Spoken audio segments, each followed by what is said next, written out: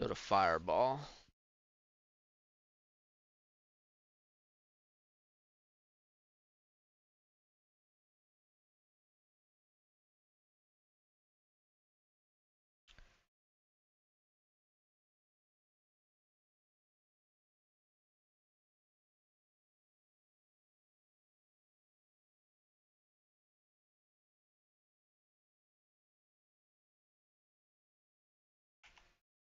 Okay.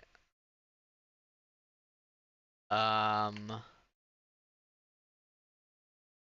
I don't know why the player didn't get to roll here.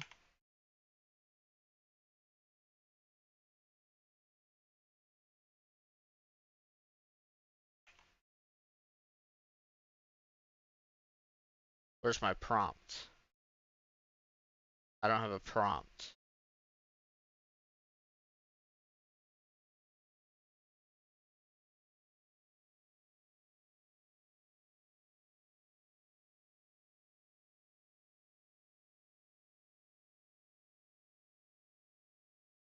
In fact, I've cast Fireball 2 times.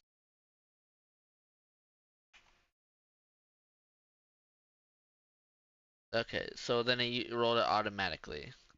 So maybe MIDI's scanning for that type of roll or something. Let's uh let's get more specific into the workflow here. Prompt players to roll saves. Chat message? No. Yes, chat message.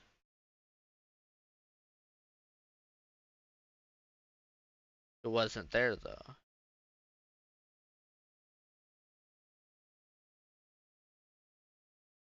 Let's see what Monk's token bar looks like. Okay. Cast a spell. Get a fireball.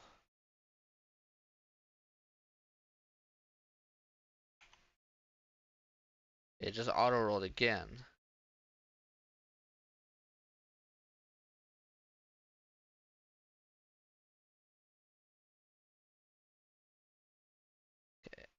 We're having some. Oh. Okay. Damage gets rolled. And now Tester's like, oh, cancel. But dex saving throw. Advantage.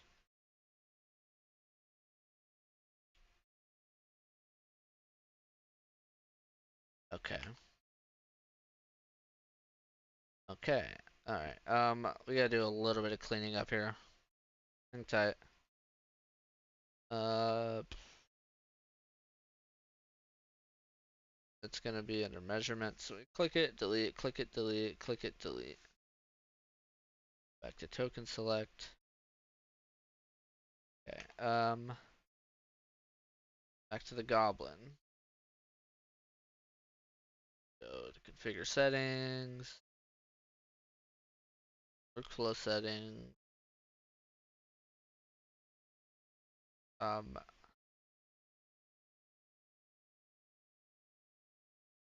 it's gotta be more than 30. I'll do 60.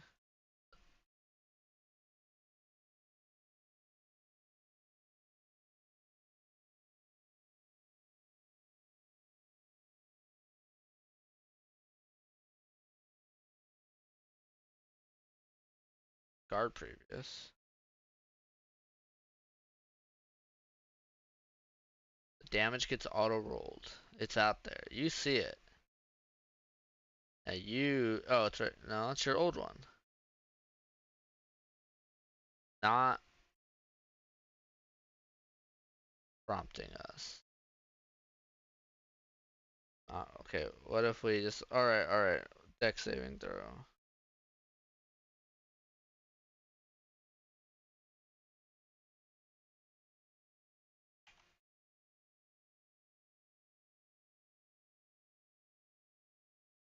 That doesn't look anything like the previous ones.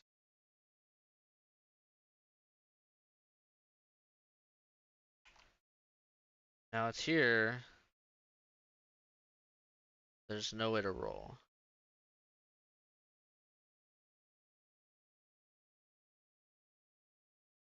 And if we wait long enough, it's gonna auto roll.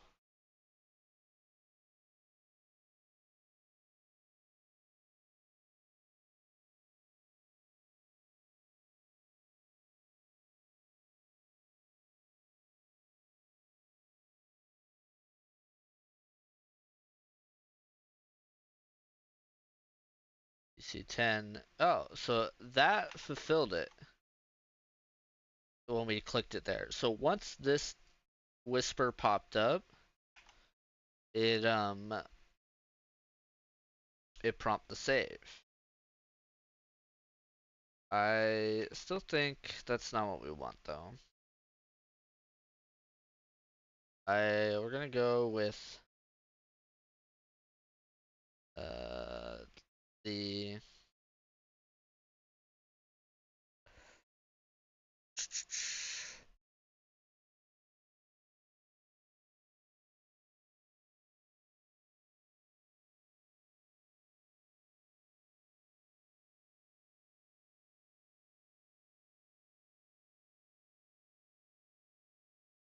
so I guess what I was hoping was that a chat card would pop up for them to click, right? So maybe is that what's happening actually? Am I just not paying attention? The damage will stick, and then it prompts them. Yeah, it's just nowhere to be found, yeah. But what we did learn is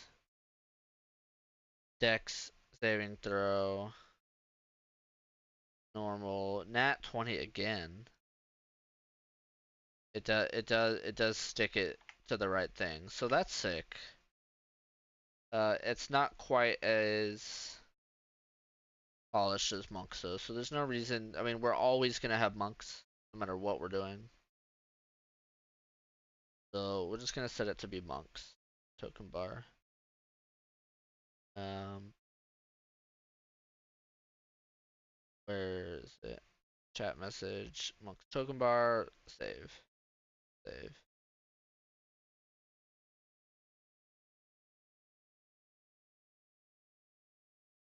So now, just to confirm, fireball, cast spell, place the template. Boom. We get a little audio. We hit it. Let's send it.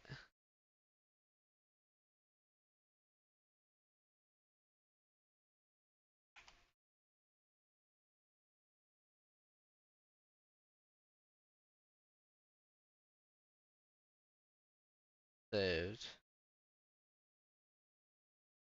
So this actually doesn't seem to be working that great. It was just kind of a delay. It was like a 30-second delay though, but my shit's hella lagging. We've been running this for a while.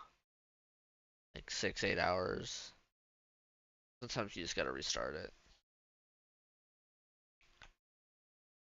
Um, Otherwise we could just say, hey, go to your character sheet and click it, right? Like that's fine too.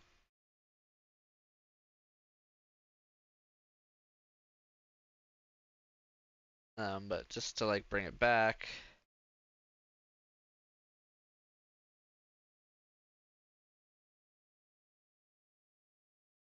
Oh, it's because we had ourselves targeted.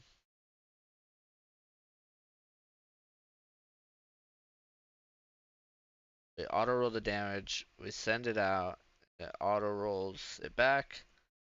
Because we're here, we pass, we take no damage. Alright. In truth, it's about as far as I wanted to get into it today. That's 90% of MIDI.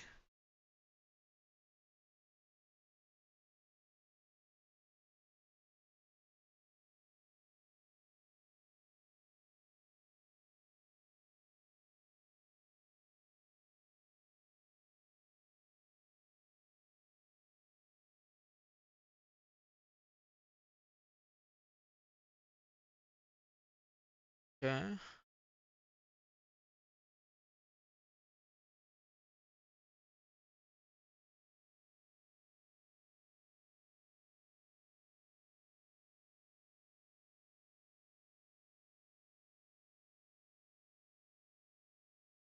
Damaged.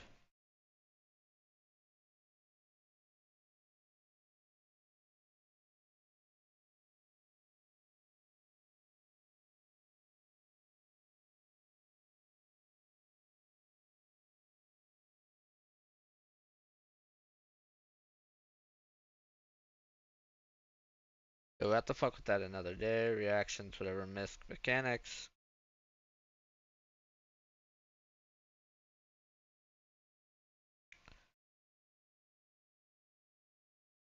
And like we're good all the way across for the most part. Um,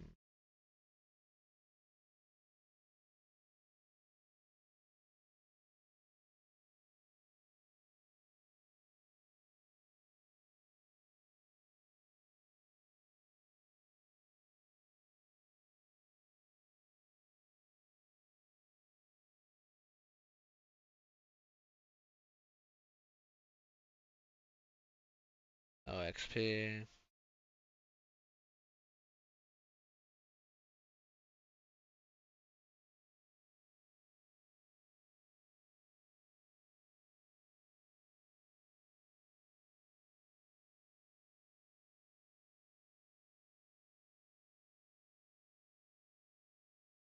Okay.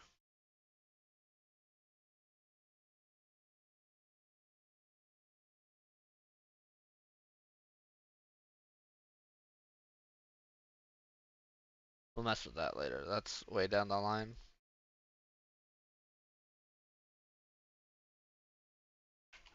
So I guess we can get specific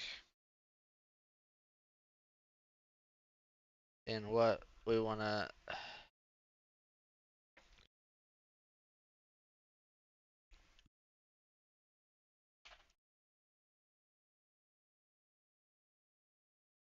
But almost done. But then when we go to um, rest of the red scales, need to run through and change to hide. The rest of the red scales will be our default MIDI, and then gauntlet will be its gauntlet settings. So it'll be fun.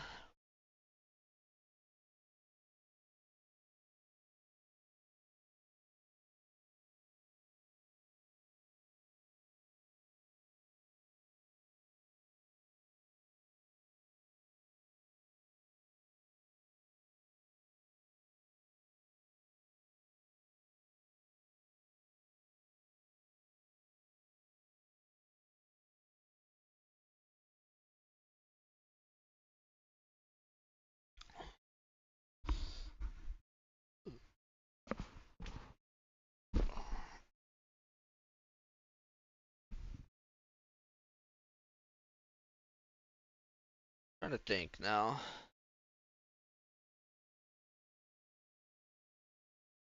A stream die? It's only been up 13 minutes. That's weird. I'm gonna take a little break.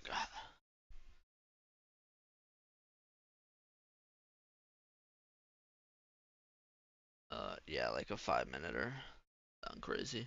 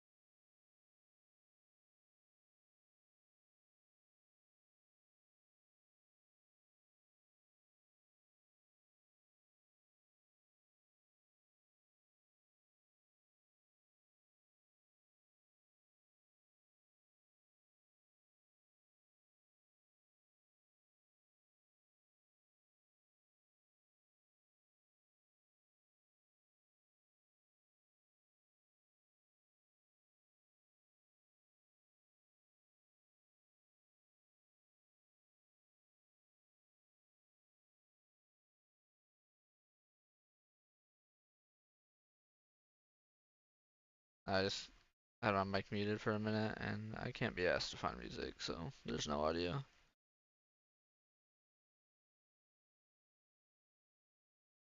So why?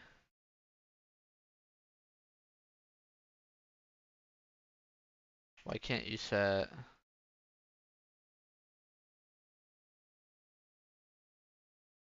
Why can't we set tester as? Damn. Okay, it's telling me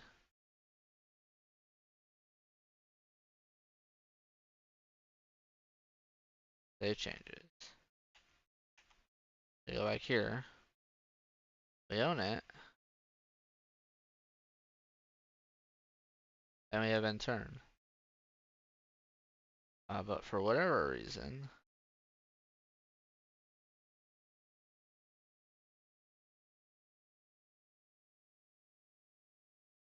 the 5?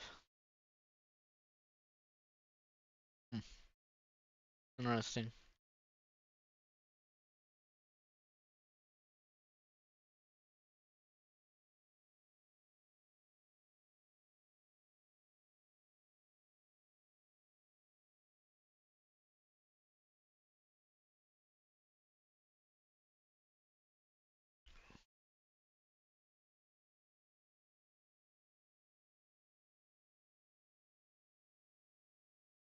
Okay, I have intern option.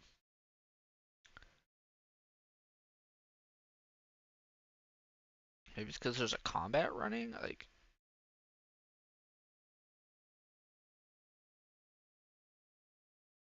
all this shit.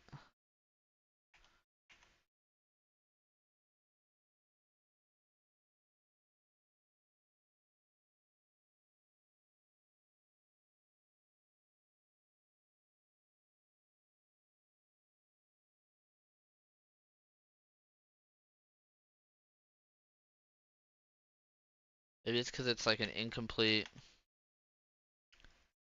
It's not an incomplete character.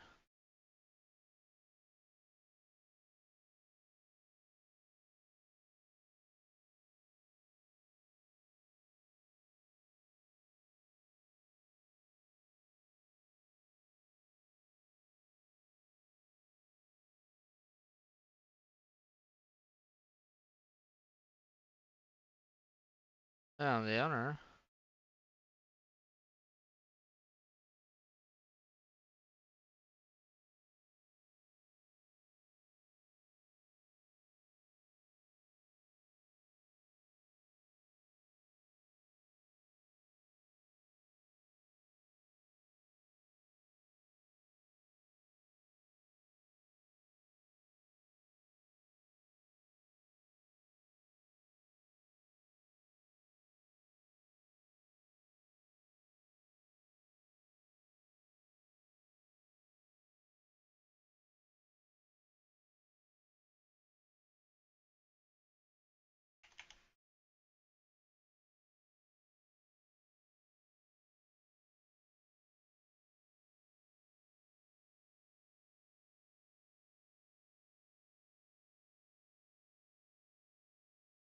Hmm.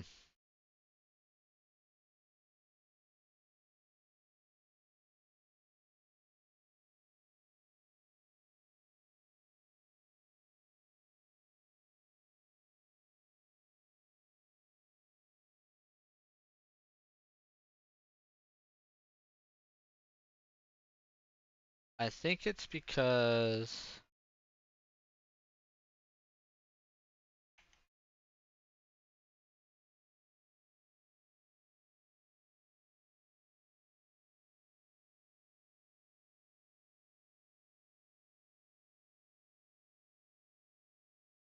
I think somehow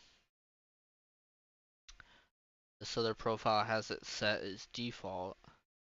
I assumed changing the ownership would change the default,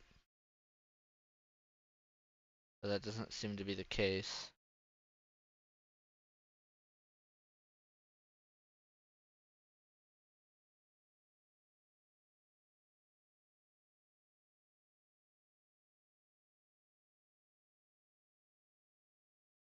We'll know here in a moment.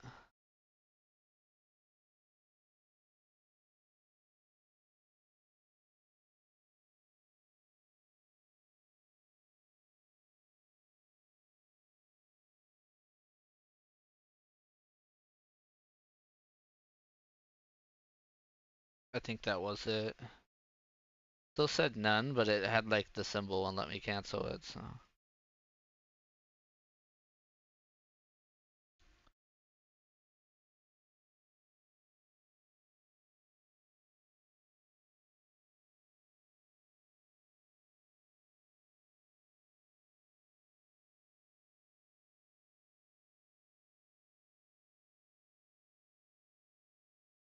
And now I can set it. Hmm.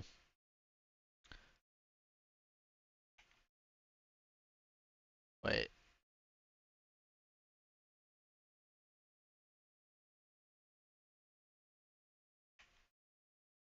wrong tab. But now I can set it, so.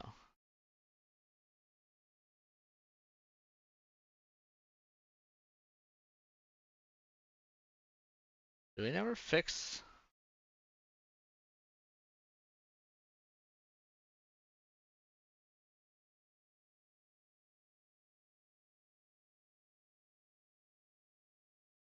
Those walls are long gone, dude. I don't know what the hell that's on about.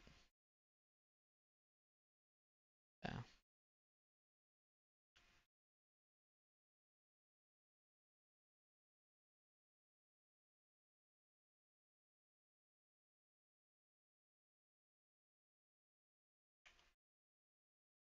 Alright.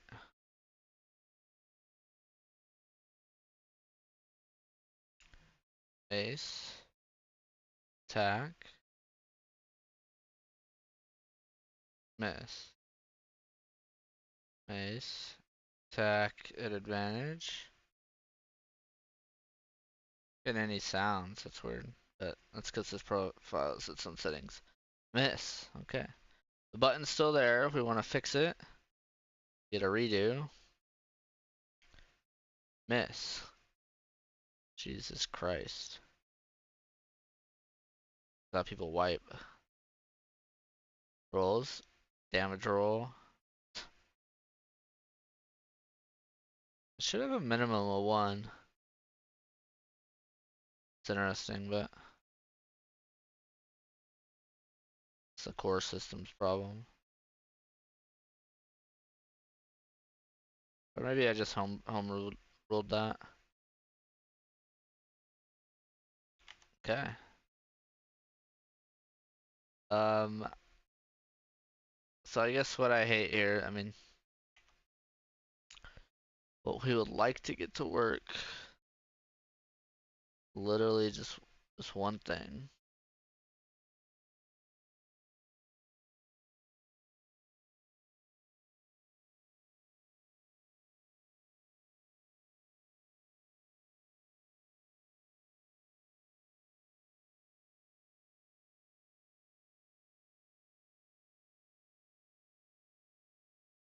Just doesn't shine green.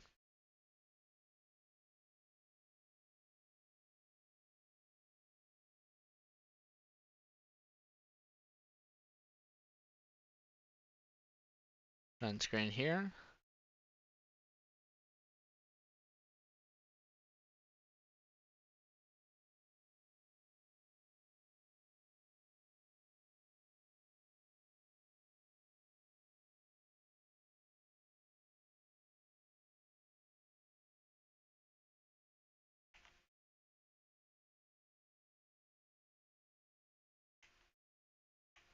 Okay, tapping back and forth just to make sure.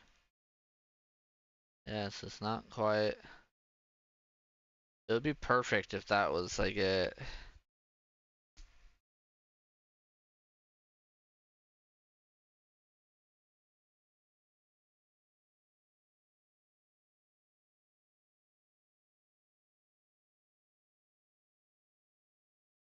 Last try.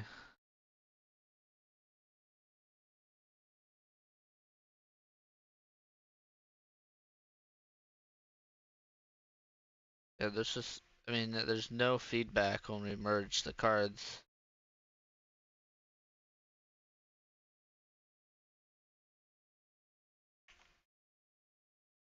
On whether we hit or miss. No way, any way we cut it.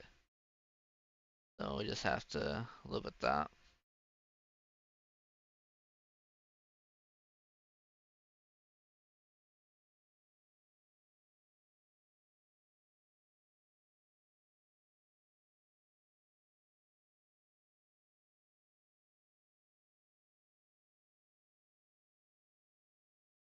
I guess the other thing I would like is if I could.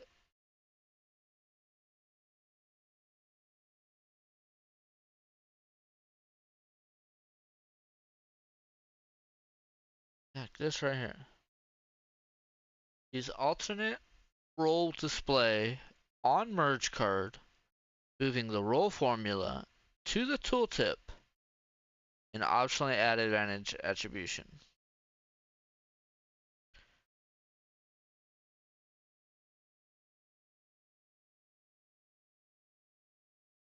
Save. Save.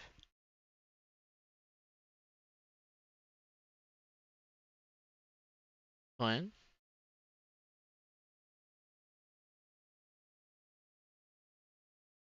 10. Doesn't fucking show if we hit.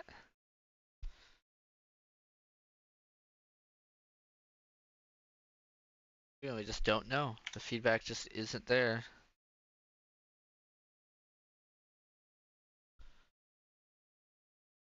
Not hiding any information.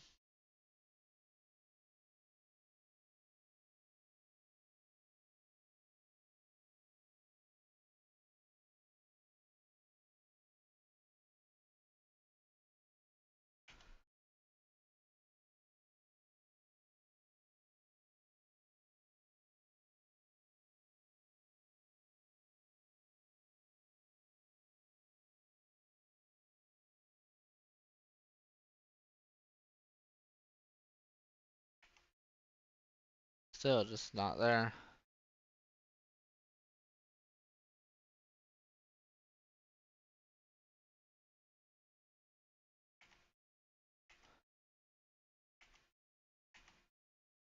Just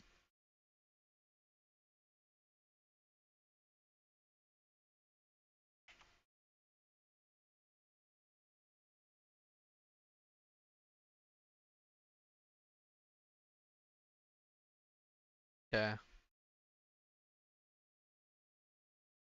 It's got to be something player specific. Gotta be something on one of these two. I don't understand how.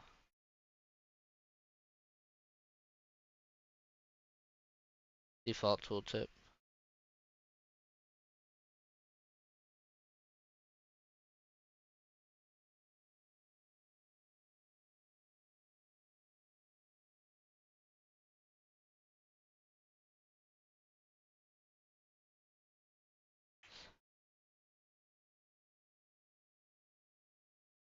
Still nothing.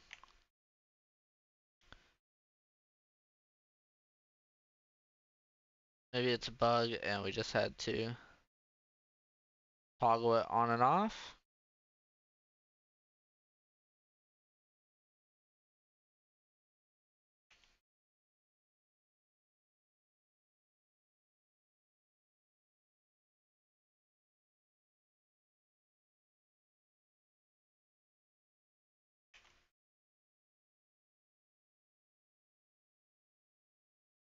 Maybe it's just implied. You got a damage roll, so that's how you know. If that's the case, then changing it to auto roll damage to never would fix it, yeah? Attack with advantage.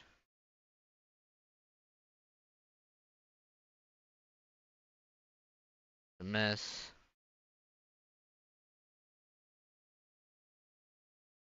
That's a hit with a crit.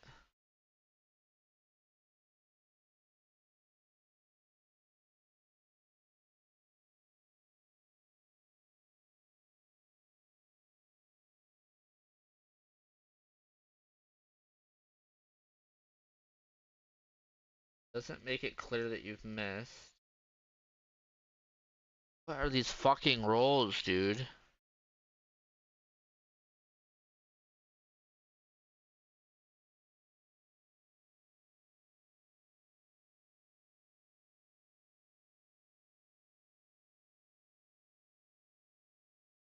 It doesn't make it clear if you hit. But if you crit,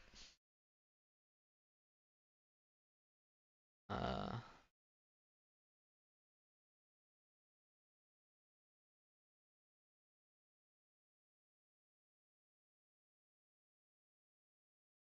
yeah. So let's just read through the DM section one more time.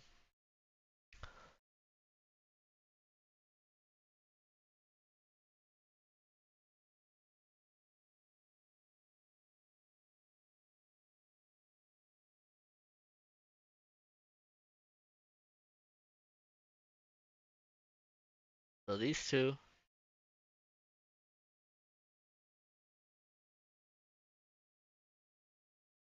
yeah, neither of those like matter. Okay, workflow.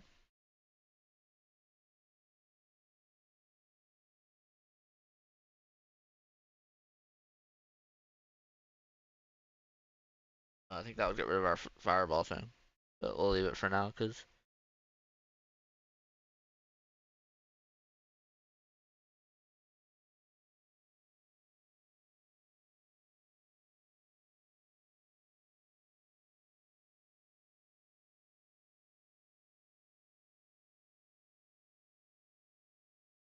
there's damaged.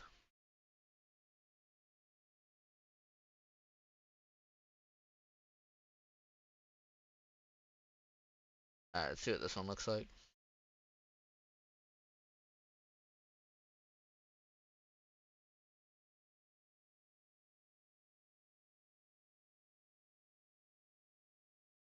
That's a hit because we rolled dice.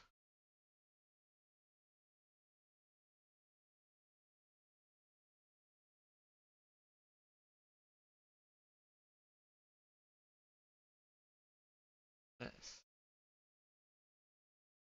Alright, yeah, there's no way to fix this.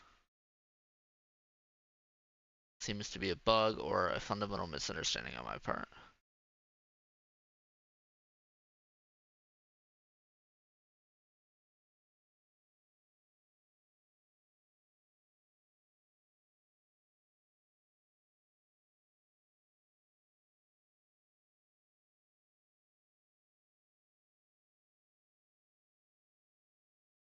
That probably is what gives us our versatile. We'll leave that on.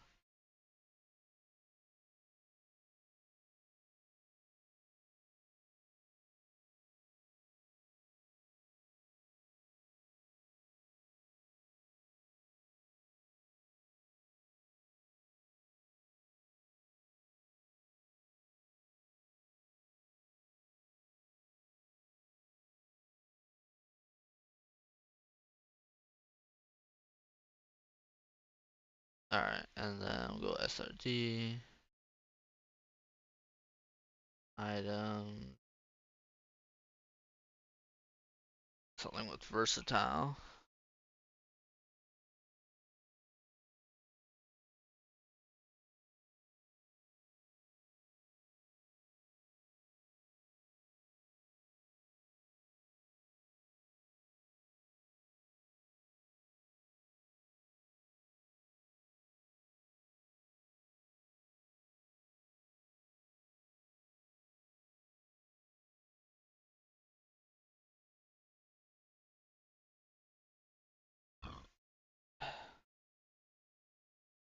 Yes.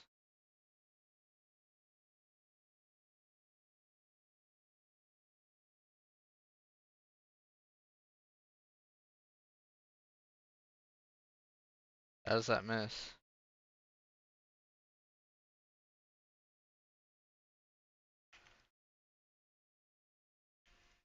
I thought you guys had it at 13 AC.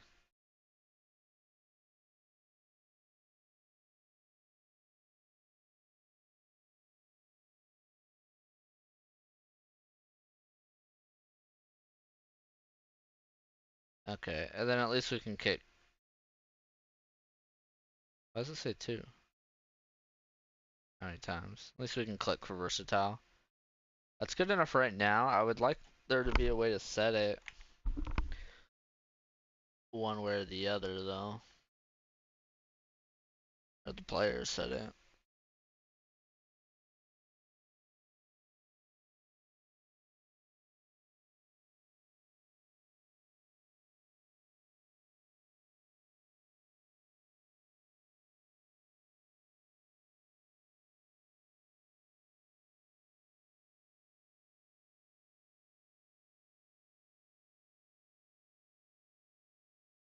This is pretty much good for now.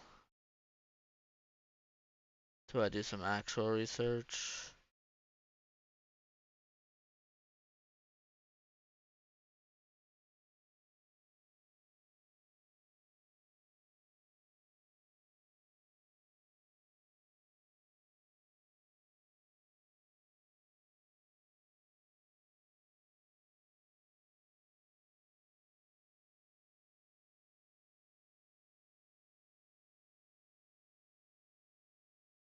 Alright,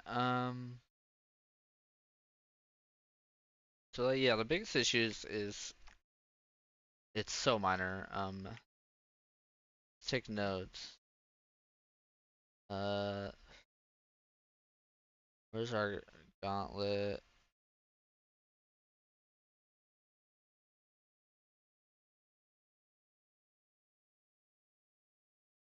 Oh, we deleted it. It's gauntlet QOL. How to automate verse. Next is merge cards, keep hit miss, green red. And then finally it's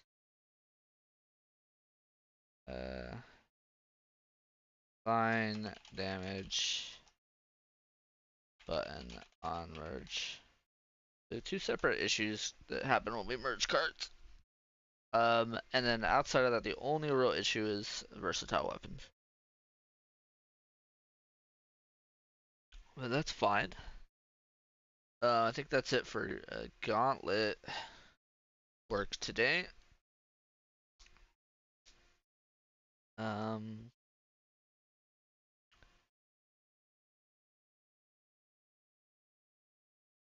kind of curious if we got our Stalker 2 update. Cool. So we're gonna do a little bit of Curse of Strahd prep.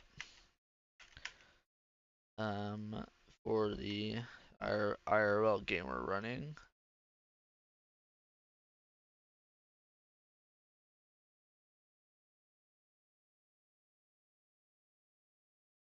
What a bummer.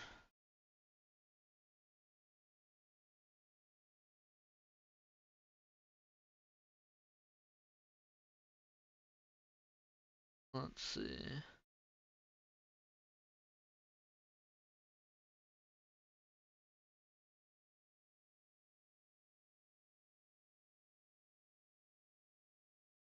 Going on. Too many tabs. Alright, OBS is good.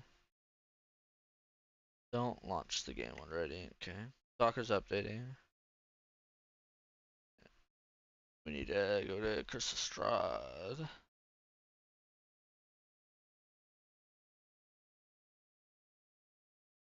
Yeah, we definitely need a new note.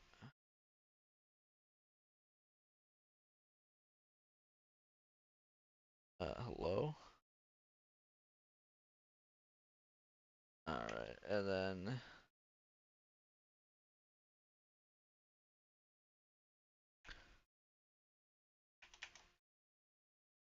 close out you.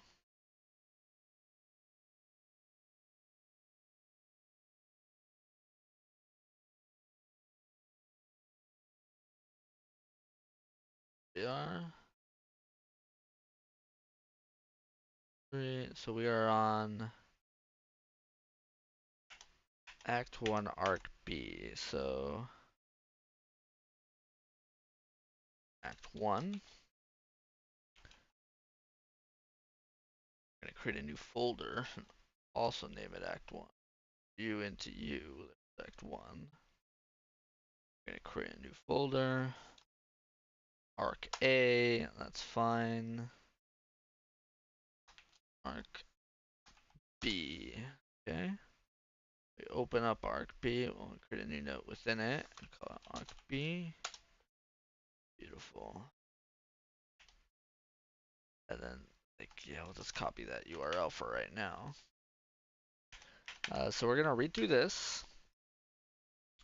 And take notes. What are we taking notes on? art we could show. Um, named NPCs, generic NPCs,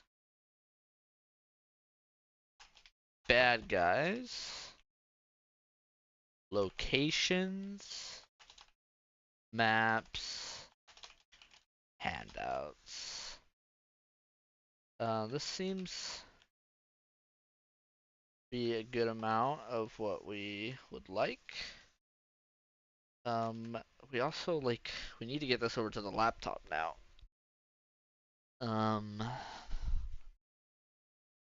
well, I mean not now, but when it's time to run the game. In fact, what I think we'll do. What time is it? We kind of need to hyper focus. 1:45. No, I don't think we're getting any more caffeine in us tonight.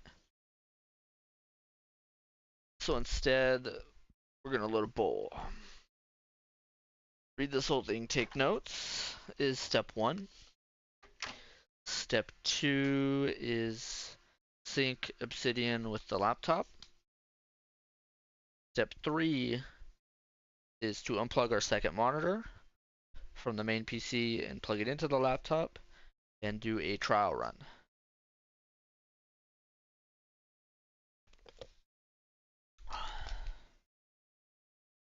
Um, yeah, I mean, let's write that down right now.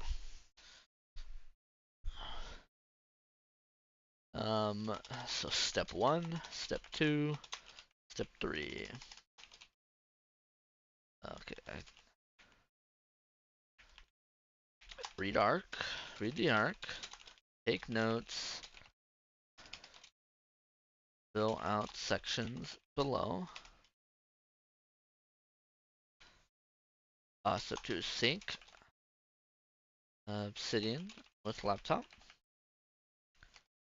Three is unplug second monitor from PC and into laptop. Trial run.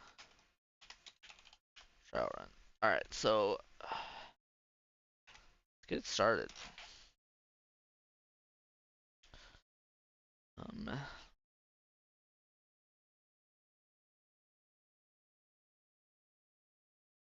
It's funny is this whole thing is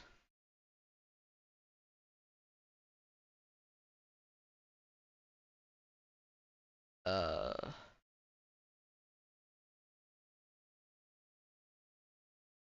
like actually designed in Obsidian, so I mean we already know a couple things. Old Valich Road, Gates of Barovia, Valich Woods, Barovian Overlook, Village of Barovia, uh, Barricade, the town square,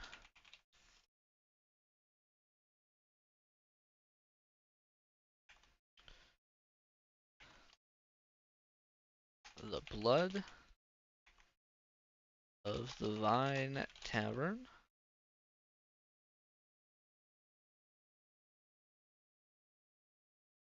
the Burgo Master's Mansion,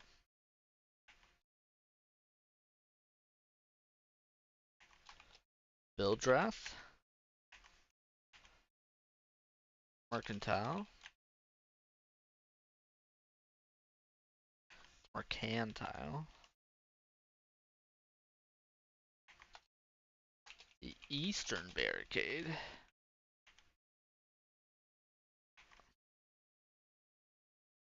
the Western Barricade,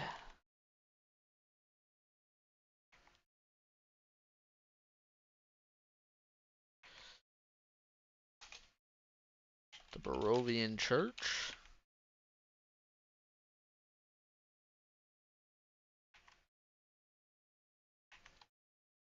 Lugdana's Knoll. And there's a lot of locations. Add to dictionary. Add to dictionary. To dictionary. Okay.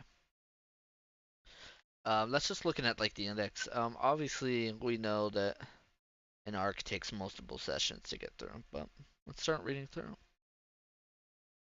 In this arc, the players travel to a gloomy. It'll be a little hush. Move my mic in case roommates are nearby. The gloomy village of Barovia, which has been ravaged by death and despair, in the wake of Strahd's revival. When a disguised were-raven guides them to the Blood of the Vine Tavern, they meet Ismark.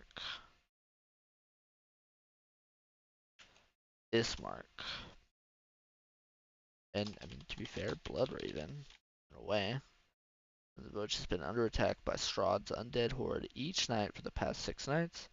The horde is expected to return at dusk. In exchange for food, shelter, and information, Ismark asks the players to take up arms alongside the Barovians and prepare to defend the village fortifications against the onslaught of the dead.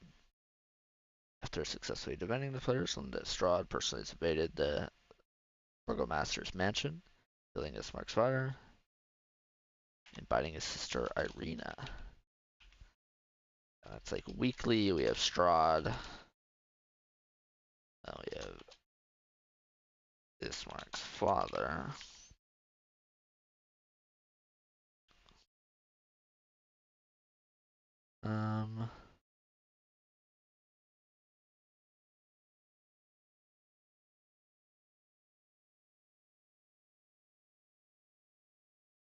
Doru.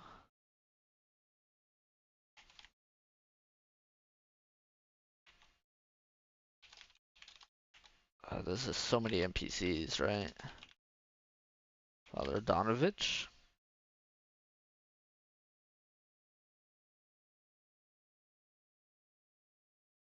Uh,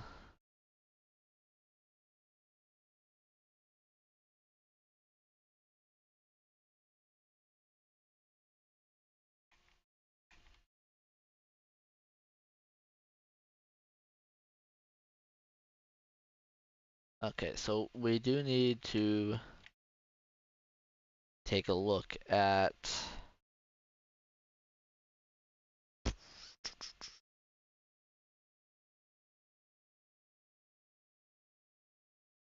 um oh, we didn't link the D&D Beyond Curse Strahd, but the worst part about the D&D Beyond is it doesn't have the fucking page numbers, bro. It's like you have to scroll through to find your own shit. These fuckers just don't even give a shit.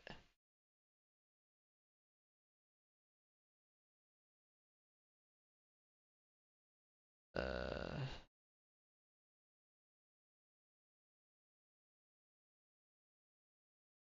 like what page is this, bro? You know?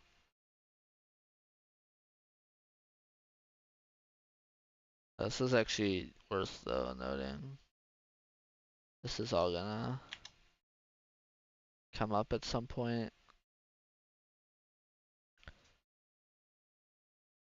Okay. Yeah, we really just like imagine paying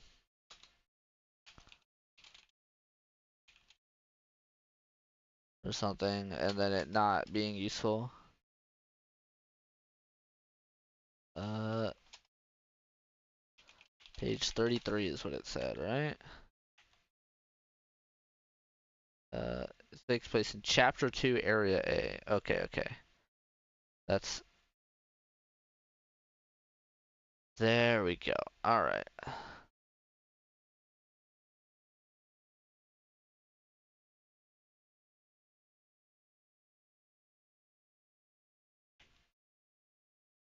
There's no Vistani wagons.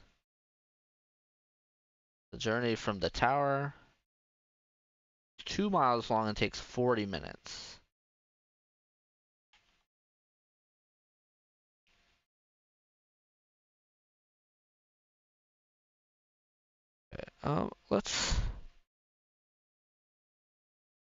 Let's take a look here and make sure we didn't miss anything at the end.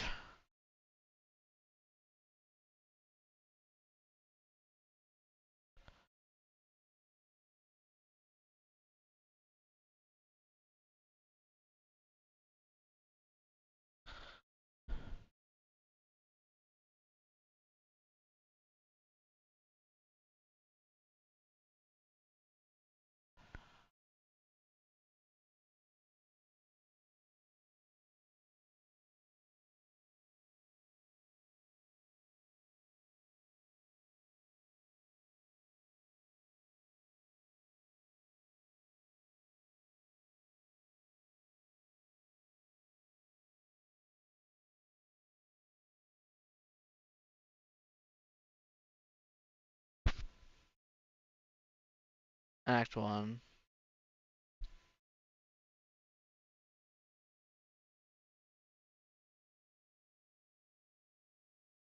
Okay, yeah, right here.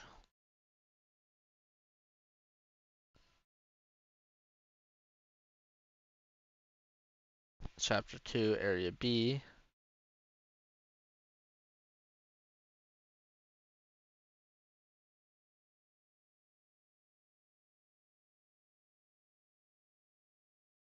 Oh, and we have some art.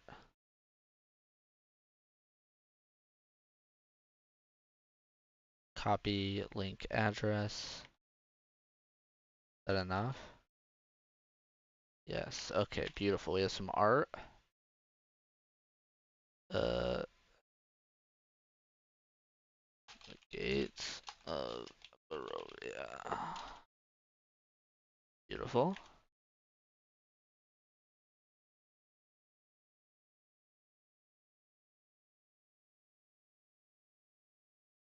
Um,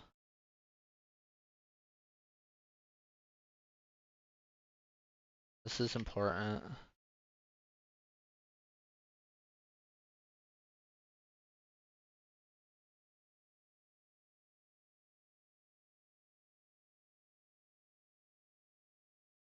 Okay. Okay, we come back here.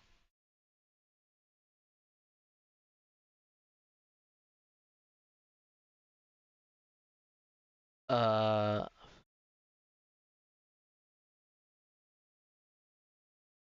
okay, this hurts my brain. So,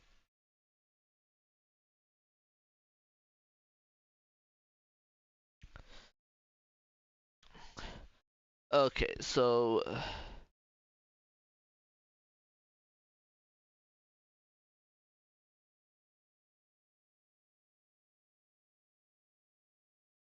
the journey from the gates of Barovia to B3 Solich Woods. Why is it in that order?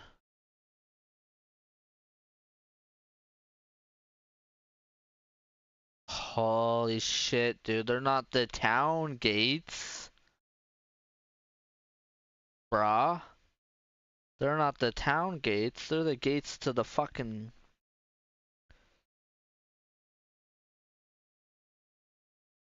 Okay. Scene begins as described in the woods.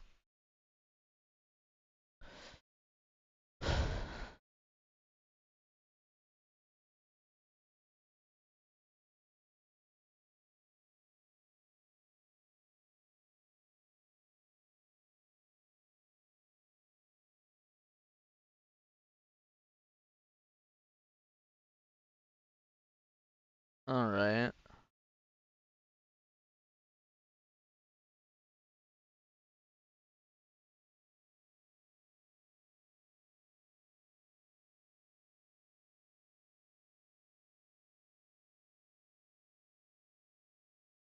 Okay, so they're saying that the... Fuck the letter.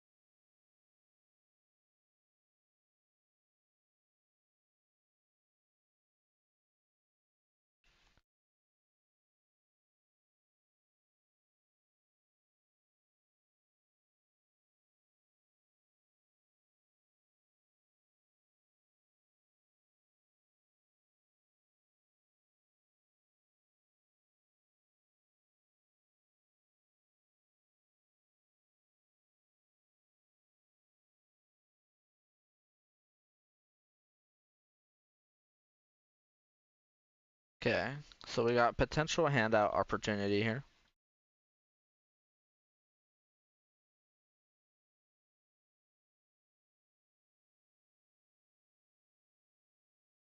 Carved into the tree.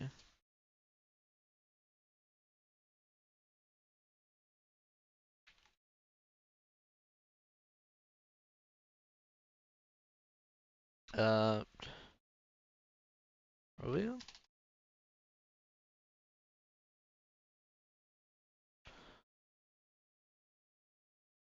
Alright. Next we got area D.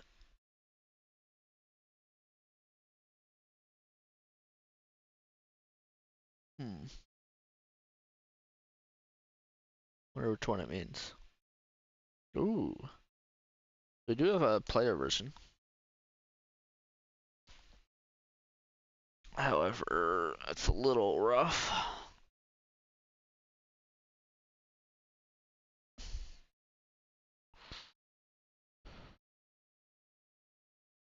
Okay, so we come back here.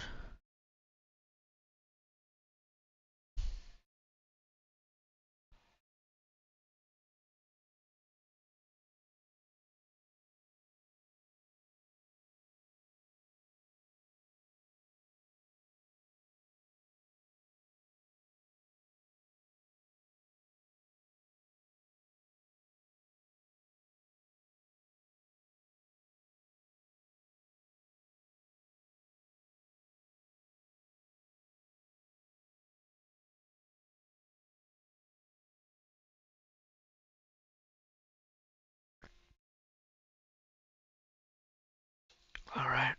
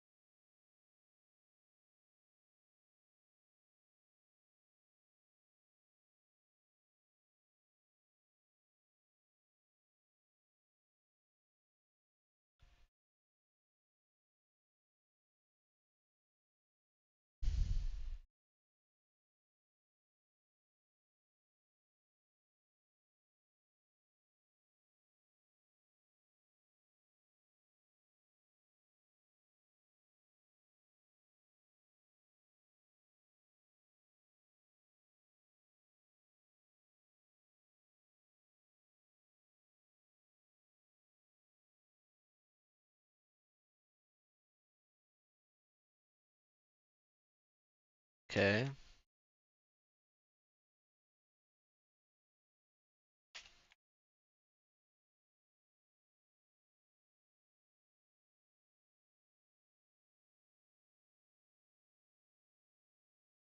Here we go.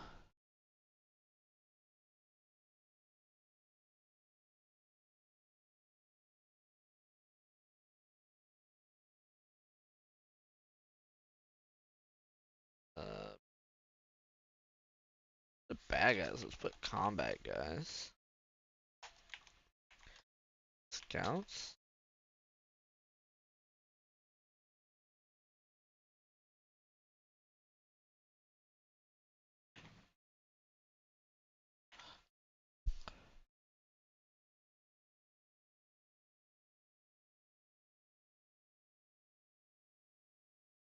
Commoner.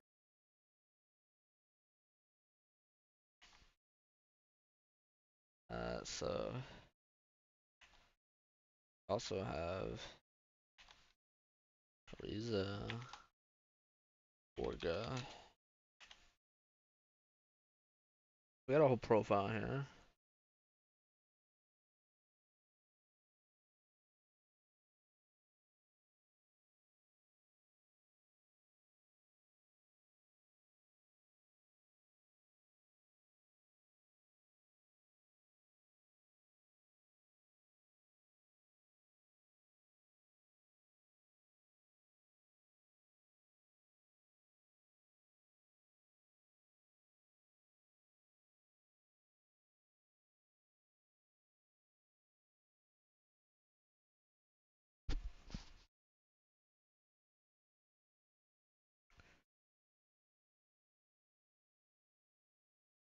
Uriel.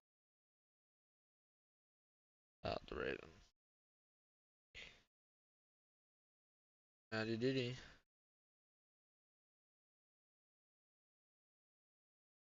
Yeah, I've been doing a bunch of shit all day. I was I did a bunch of shit for Gauntlet, and now I'm working on shit for the game I'm running for the roommates.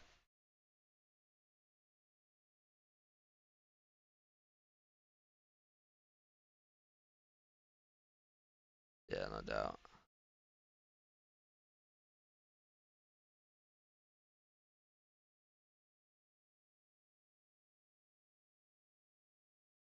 Yeah, I'm busy tomorrow, sadly. It's tomorrow evening.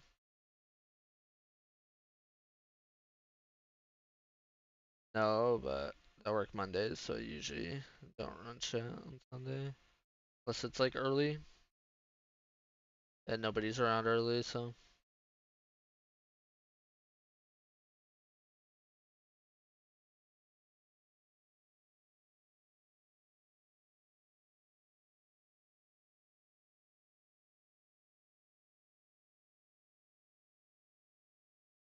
Yeah, for sure. I mean, the big issue is just everybody fumbling with going through the motions of combat, but there's still like optimization on my end for sure.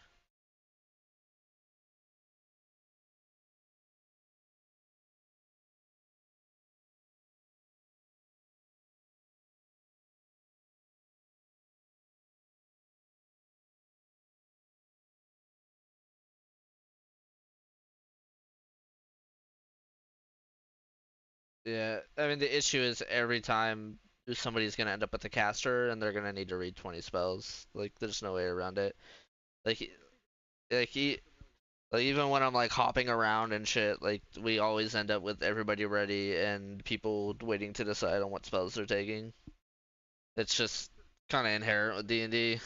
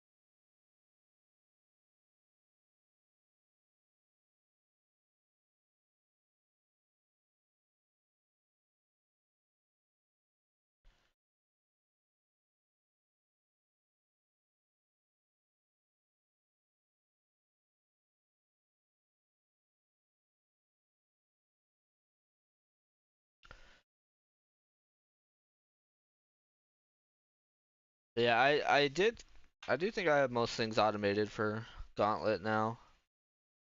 Um, like saving throws are auto for combat. Um, the only thing is I can't have your guys' damage rolls be automatic because I haven't figured out the versatile thing. So requires click for the attack roll and then I click for the damage roll when you're using. I mean always, because there's no way for it to tell when it's a versatile weapon or not, as far as I can tell without maybe going another mod deep or learning something new.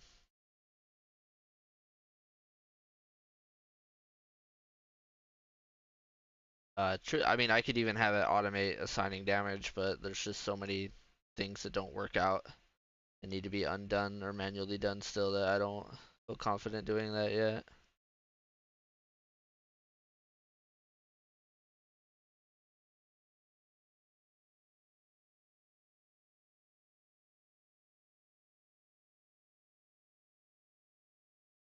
Crackdown on what? Oh, that shit's great, dude. Just do a couple loops, you know?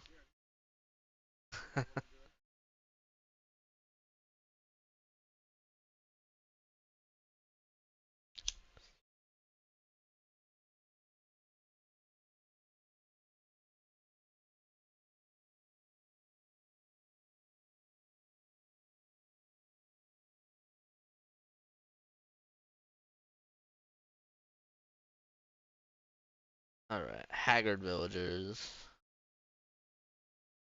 And we wrote down commoner, so like, yeah. We're gonna need a commoner stat block at some point.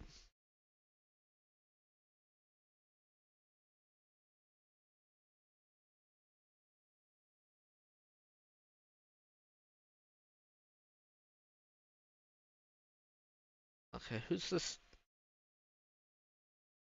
Oh, it's marked great. Beautiful. My game patch? Cool.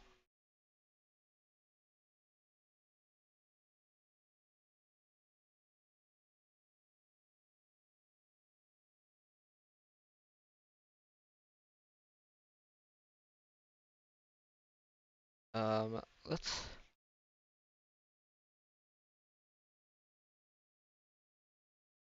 This is a big map. I don't feel like giving them a map. Yeah, we got copy. Yeah, we got Ismark. Beautiful.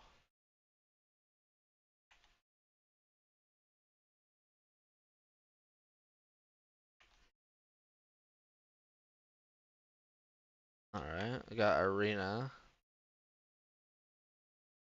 We got Donovich.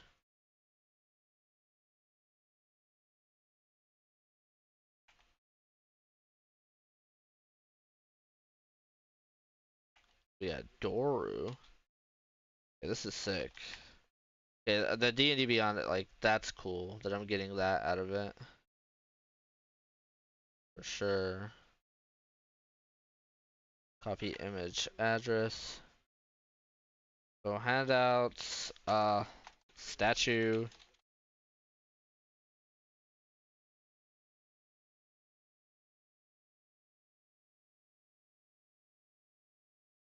Uh, let me see. Remember, I can remember it.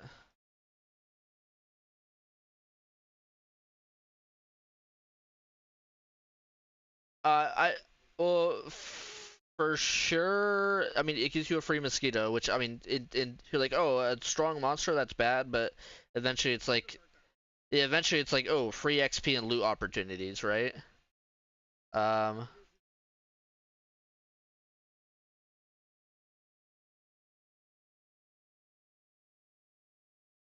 Potentially, yeah. Uh, there's probably another combo with it being next to other shit. I just can't remember it. I don't got it. Which Oh yeah, and that probably is just slightly better loot or XP, which is what you min max on the later loops for sure. But um,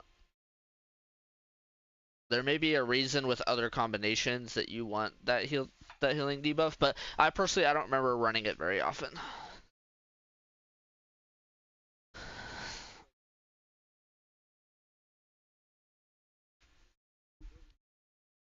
Village and Vampire is fun.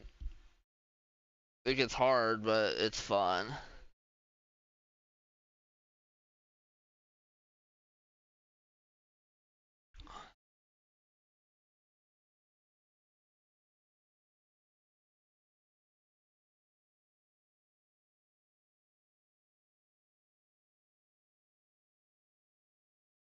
Alright, I got a quick instruction.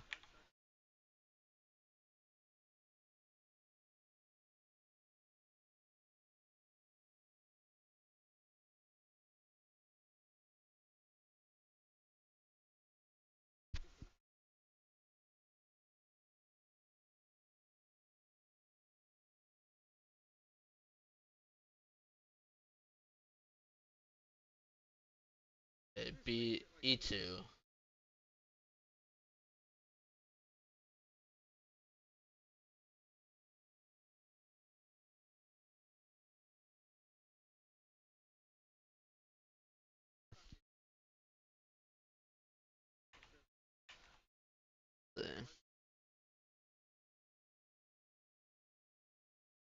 Our Eric. Okay, it's a new one.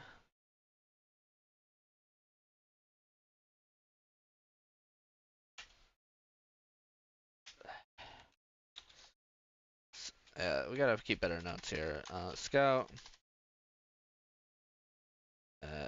Gate.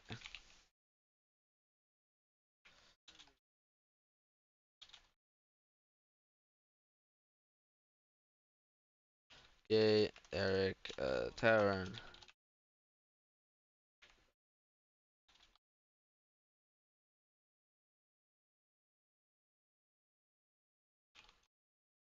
Uh, where do we meet Ismark? So we go Ismark. Do we meet him at the gate? Then who the fuck is? No. Okay, get out of here. We want the first organic appearance. Ismark. Oh, Ismark.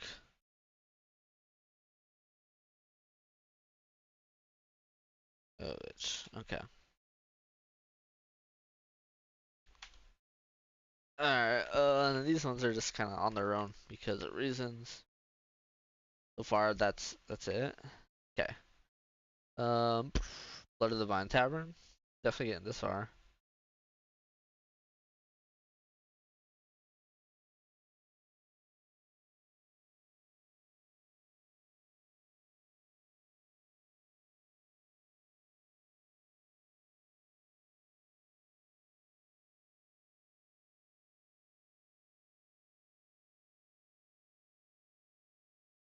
Yeah.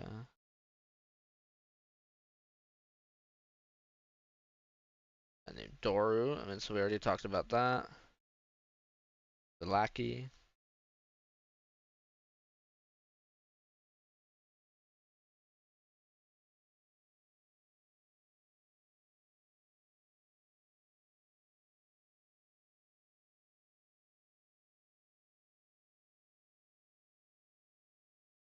Okay.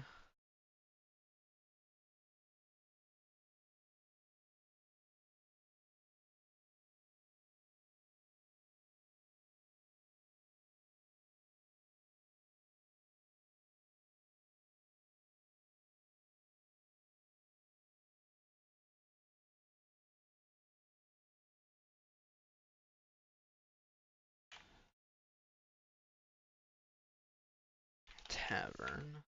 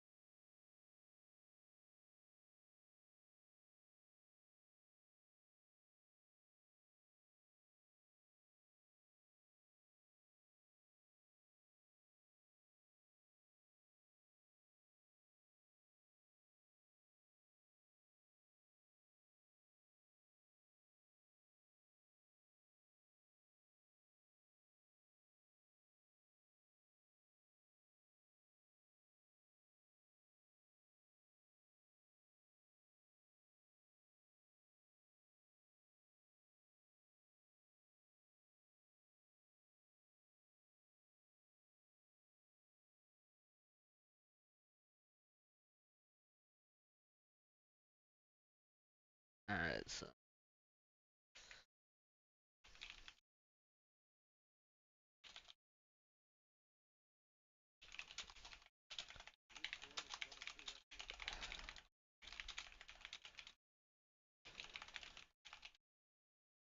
the dead man. Uh, Mary's name. Dalvin.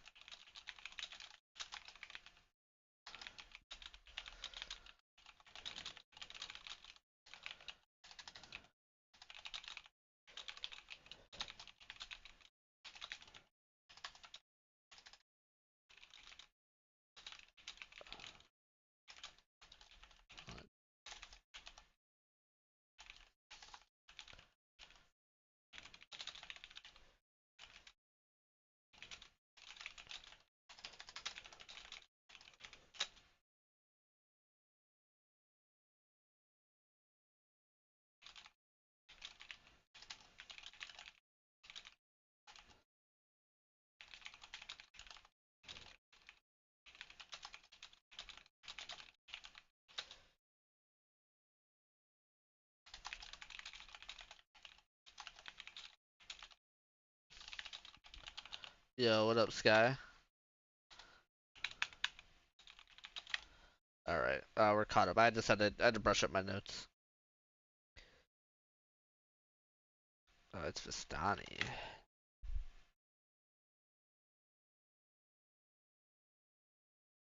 Pretty Fuck good, man. yes. Doing pretty good. Oh shit. Thank you for the follow. Wait, what am I pasting in here? Huh? Vistani. Okay, where do we say? Valenti? I think Valenti is where the Vistani are. Up. We go back. Let's go here.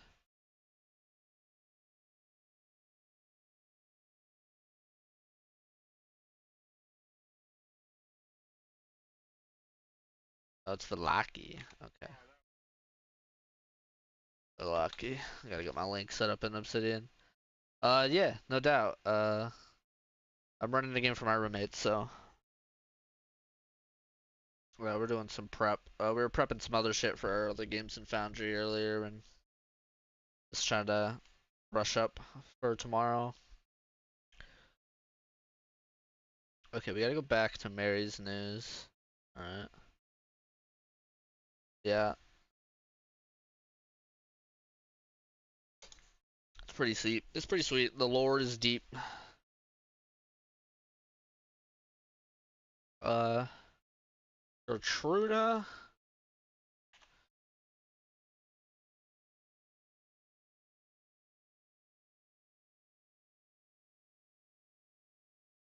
No, really. Their horse.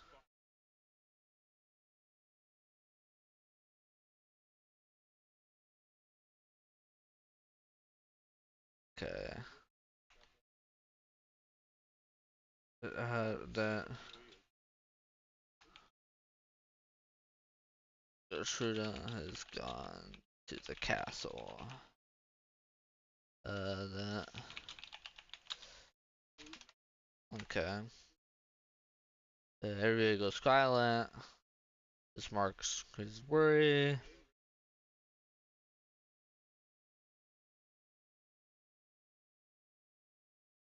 Hell yeah. Are you DMing or playing?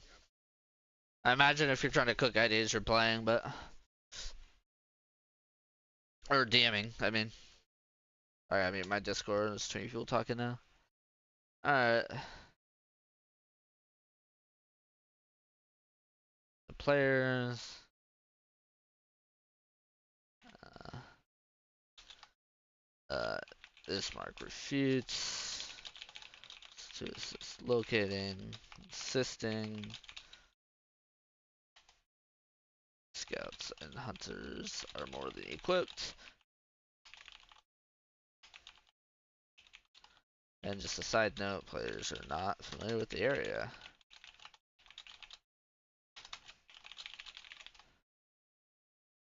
Uh, oh yeah. One shots are fun, dude. Like, my one shots turn into like 3 to 4 session games, but that's just because my players are fucking chaotic stoners. But I like how you can fucking really switch things up. You know what I mean? From like the normal ebb and flow of things with it. We're doing a level 1 or level 2, level 3 actually. I don't remember. One shot called Rise of the Kobolds. That is just a bunch of kobolds with a bunch of magic items. It's pretty fun.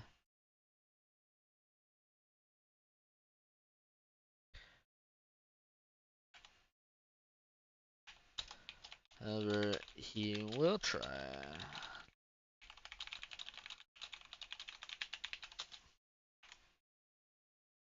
Alright. More empty promises. Bildrath continues to be a cut.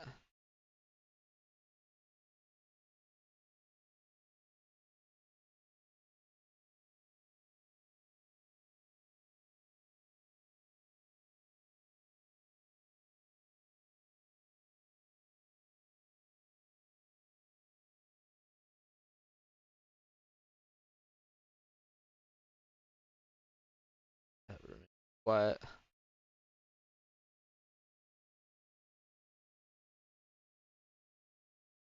The traumatizing DM, huh?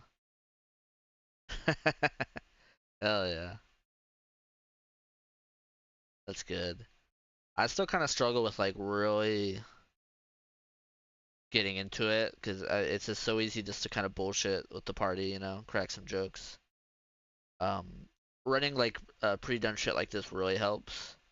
But like when I'm doing my own shit, it gets a little struggle to get to like that deep into it. But I mean, if you don't count when I was like a teenager running D&D, I've only been doing this like 6 9 months now. All right. Atruda is Mary's daughter. She was betrothed to Doru. Okay. She could just convince him. She can convince the devil.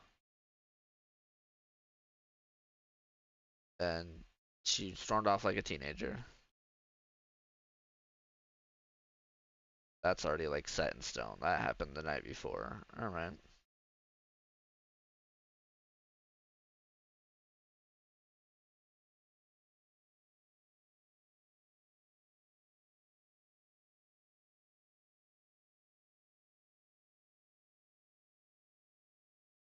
All right.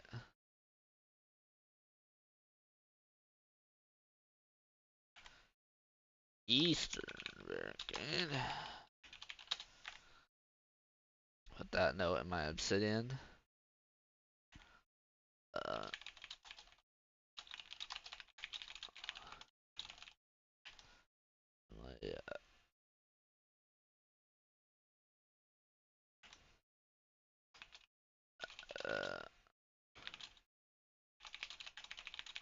from arena, and then that's where arena gets coming in. Okay.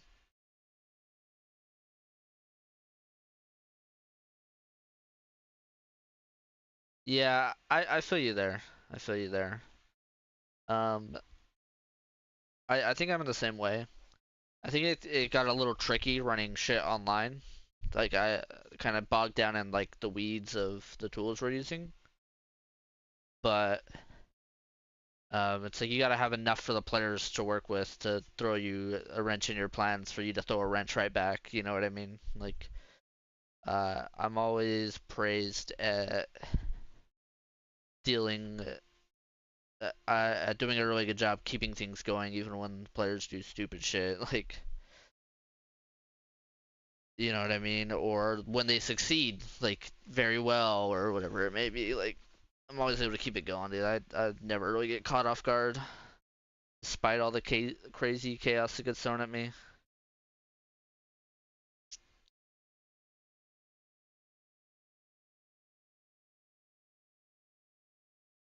Yeah, I think it helps because like I've known everybody who's playing this a long ass time, so I can just kind of be a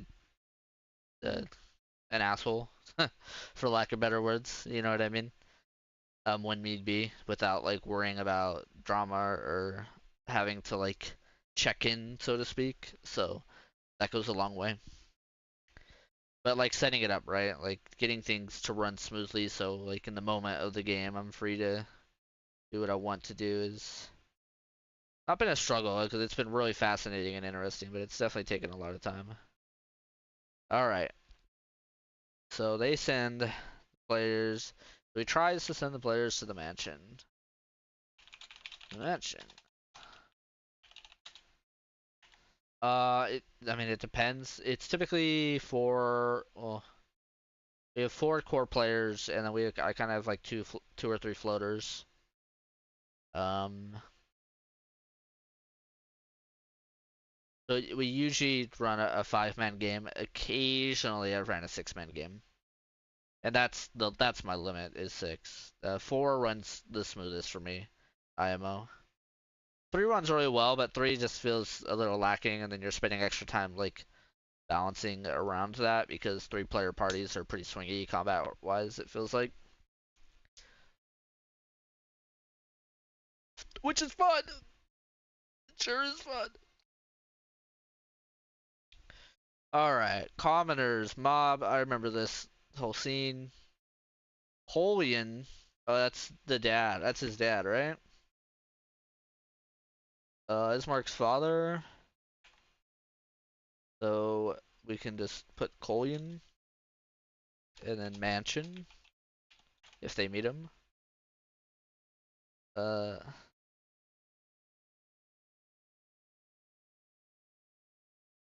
largely is the script. Okay, we gotta read it here too. Then.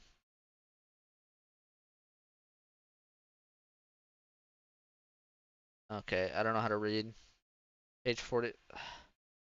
Hate when it tells me. Let's do a Control F Mansion here. So the game I'm running in person, I have three party members as well. I didn't answer that, but that I've run it online a whole lot more.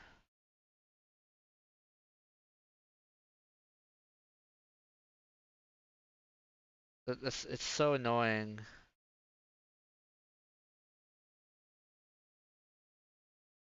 Um, cause I bought it on D&D Beyond. I'm not one to pirate. You know what I mean? And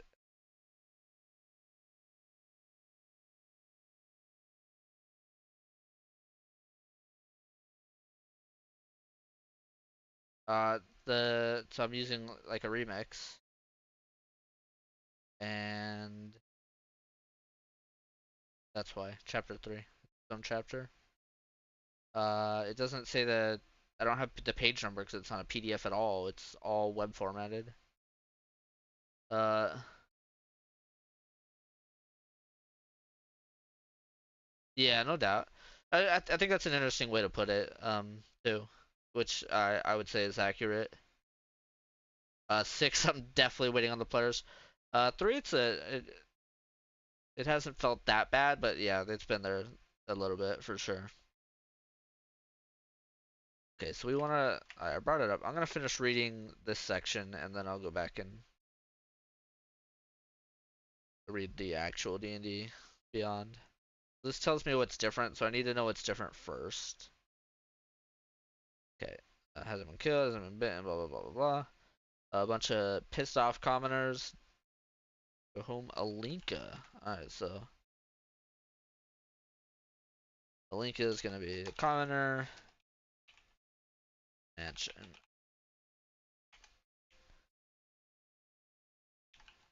Oh, and they even have a last name. Beautiful.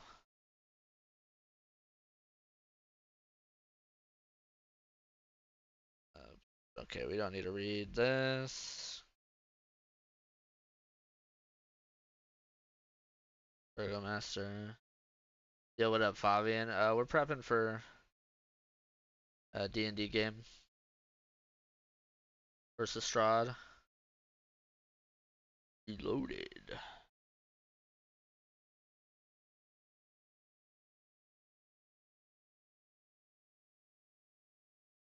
Okay, Alinka.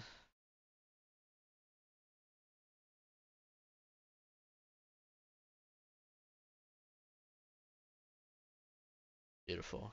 So many little tie-ins. Hell yeah. We run our own shit online on Foundry too, and we were prepping that earlier, but I got ADHD, I gotta jump around, you know what I mean? We're probably gonna play some Stalker 2 in an hour or two. Maybe not though, like time is moving fast, we might just be like dinner and a movie, bed. Alright, so we got this whole conversation here. They got a couple talking points.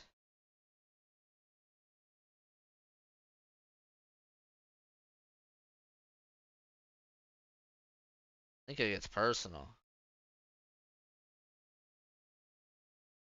but it makes sense.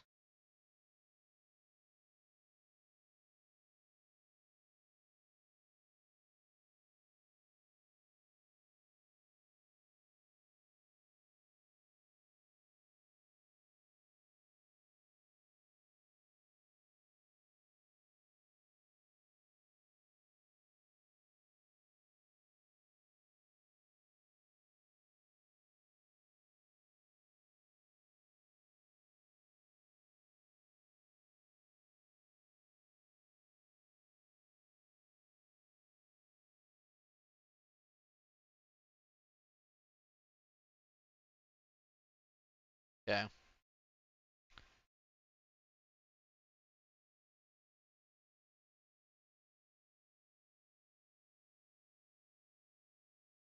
It's also annoying it doesn't reference what books. I mean, obviously I know, but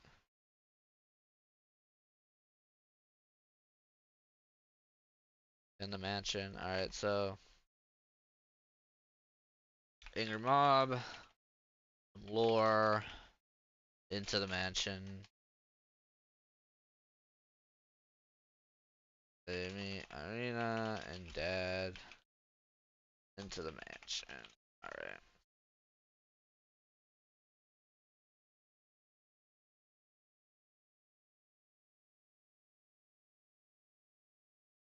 Raiden. Put that under combat, guys. Oh, Raffin was the one who delivered the message initially, too. That's good to know.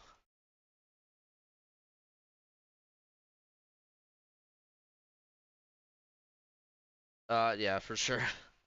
I mean, there are some, like, some of the combat rules are in the player's handbook, but you can kind of tell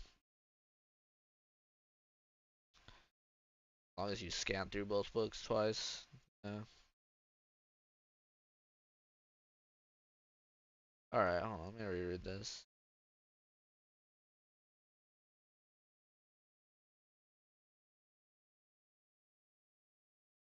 Okay, so they're just going over Doru's shit again.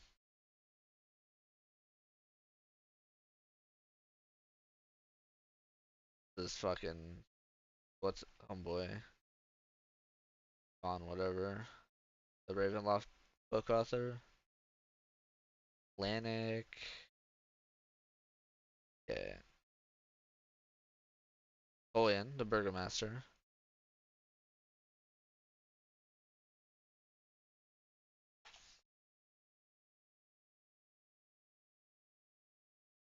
Burga. Burga.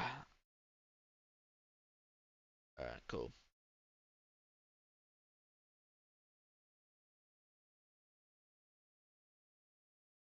Drew drawing of the area around the village.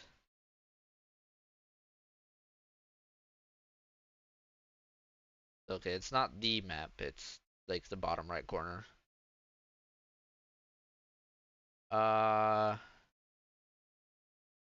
Not really. I'm off of flanking.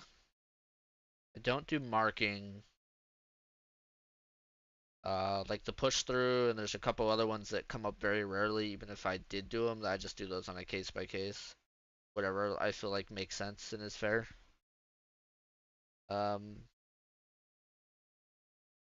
we did flanking for a while, and it just every time the battle played out in a way that you would never expect that battle to play out. You know what I mean?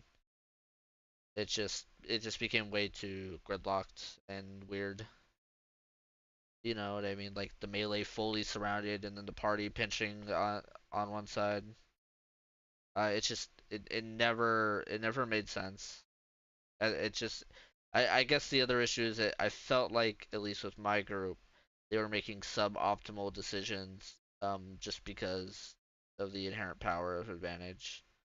I think there's like a middle ground where I do flanking with like a +2 to it to hit or something like that instead of advantage in situations where like online where I could program it in pretty easily. Um, but yeah, we used to run flanking in like 3.5, like always. It just made sense there.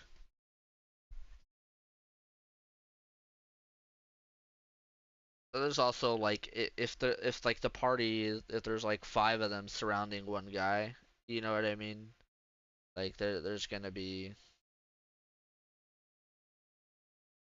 like situations like that. I'm gonna offer them advantage regardless, right? In situations that just make sense on a non-meta sense.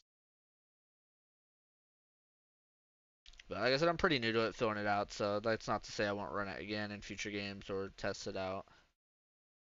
My issue isn't the bonus to hit. My issue is like where the miniatures end up on the battle grid, you know.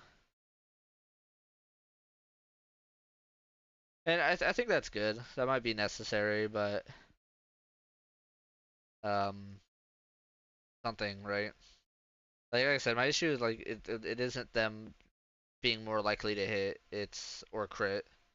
It's them ending up in weird positions on the map. So maybe something like that really shores that up a bit. I might have to stew on that a bit.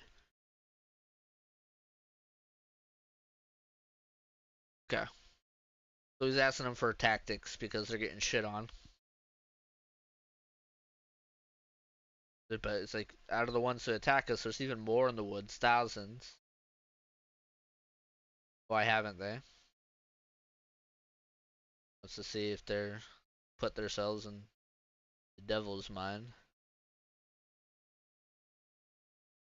What are your intentions? Where are you going? He mentions other locations, so he's planting the seed of Vallaki and Cress in their mind before they even know they exist. So Colian seems worth some like additional time and energy outside of what I read here.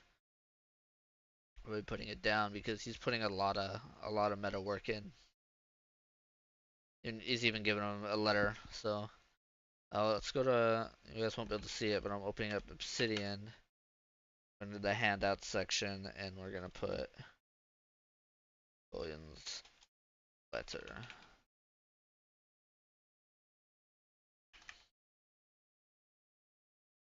of introduction. Like we're going through a lot, dude. I don't even know if we'll get through a combat tomorrow, but I know. I mean, we're about to be there. Rooms at the mansion.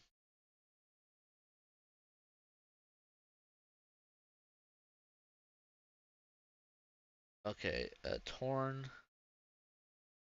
Okay, this is important. And yeah, we should be putting these in order, so. Okay.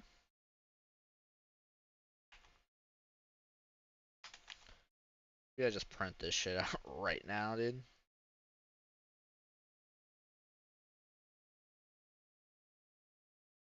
Some shadowed corners of the world, the vampire reigns as a fierce predator.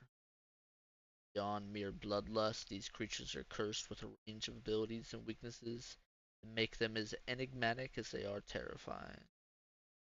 Bodies are resilient to made weapons, shrugging off blows that would fell most mortals, regenerating even grievous wounds in a matter of moments.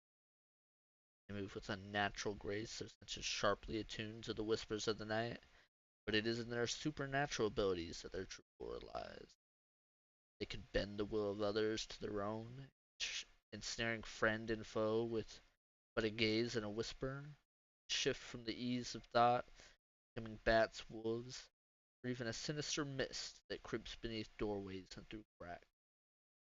And those their fangs kill become vampires' spawn, ravenous creatures with the vampire's hunger. We're like, catch ya in a bit. These creatures are not wholly invincible, however, possessing a tapestry of strengths woven with fatal weaknesses.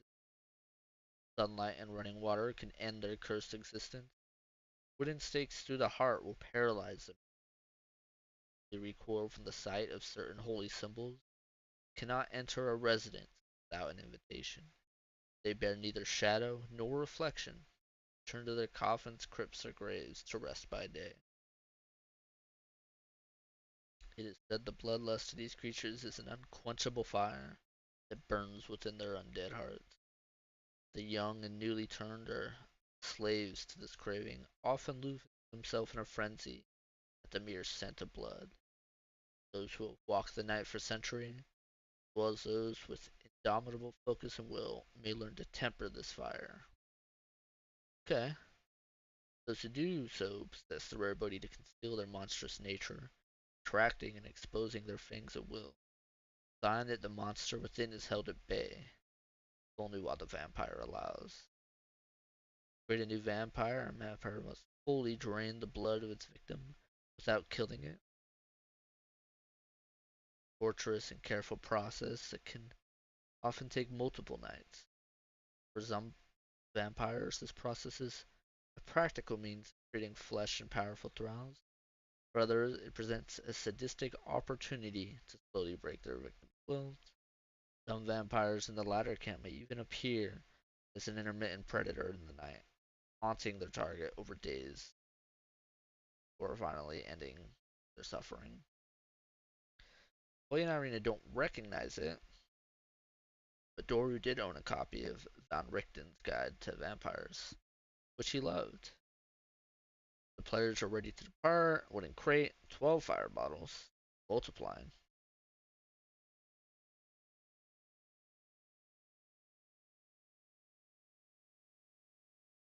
Okay.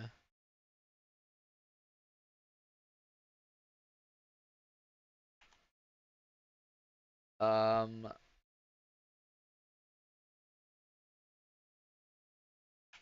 Then we got Bildreth and then the barricade.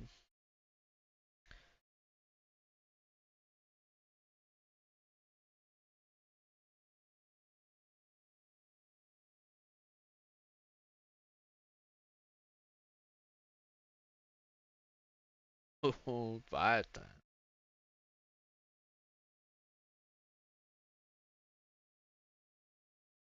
Oh, Periwinkle. Okay, I knew we were forgetting somebody.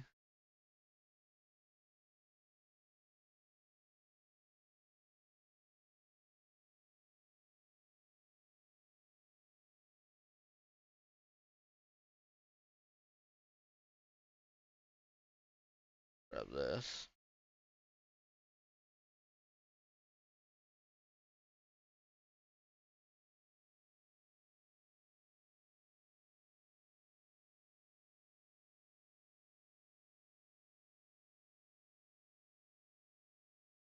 Fabian, yeah, I usually stream Dark and Darker as my main game. I'm Been playing a lot of Stalker 2 lately, and sometimes I'll stream RuneScape or Path of Exile. And once in a blue moon, some random shit outside of that, but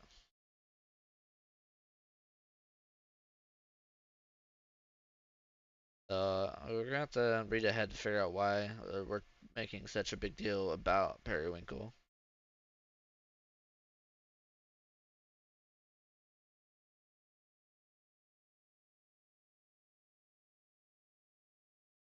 Oh, this isn't the barricade. So they met him here.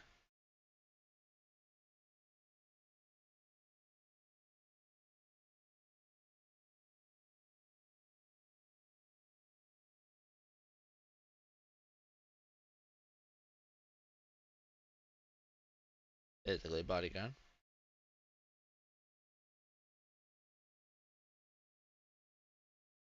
Okay.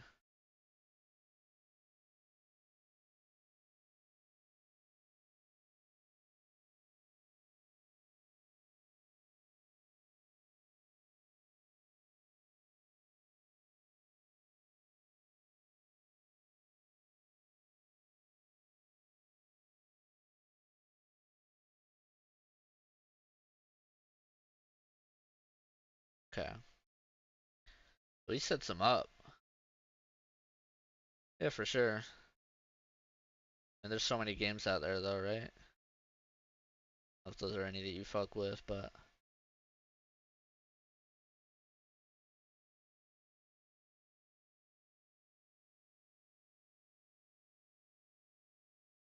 Siege. Alright, we're getting into the juice now. This is probably as far as we would get.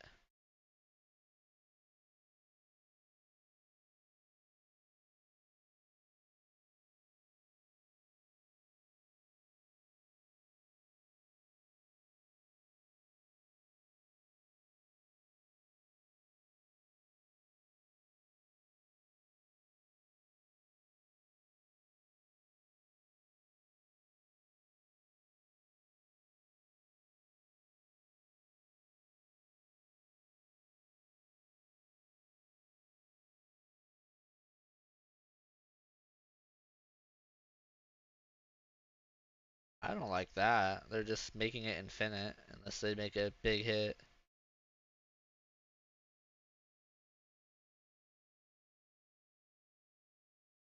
from the base. But maybe just we'll do a combination of the two.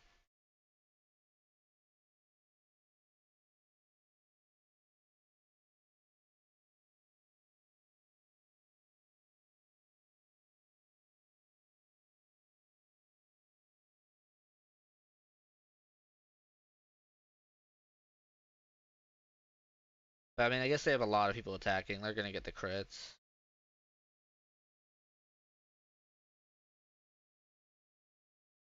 Okay, am I referencing the original? There's no siege in original Curse of Strahd, yeah. But tell me the exact numbers.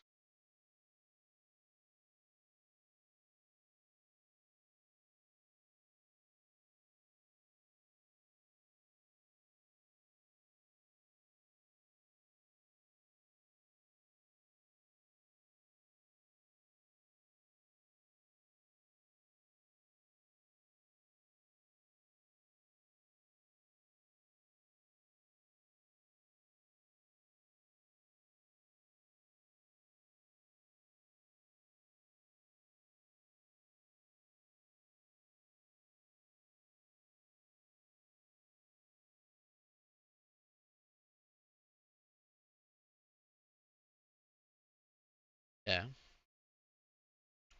Alright, so let's talk. We got zombies.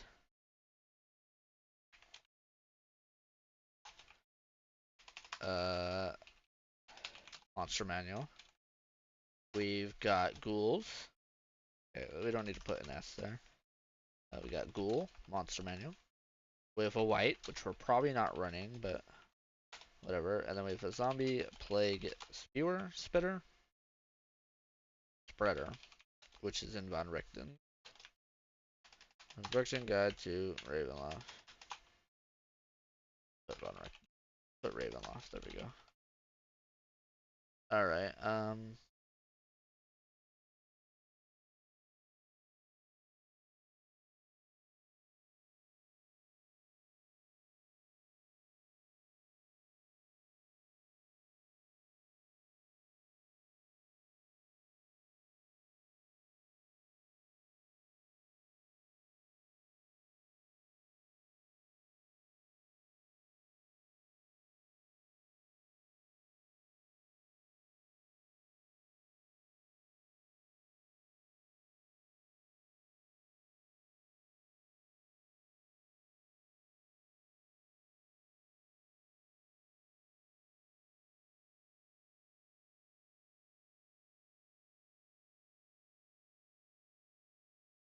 Okay,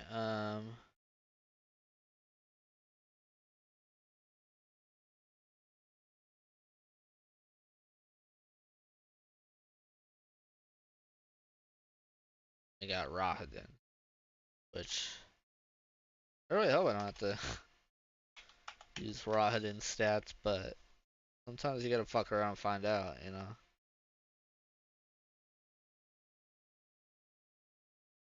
So, I mean, it's not exactly clear here. It's just, is marking a plate spewer. Hold on.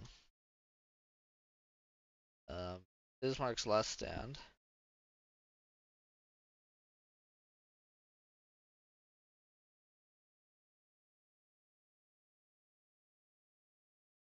Dozens of bodies. Shattered.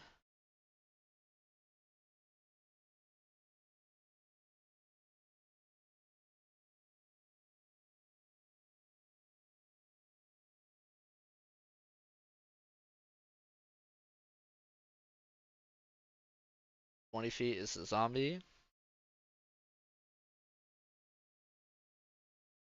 Okay, so yeah, it is literally just a spewer.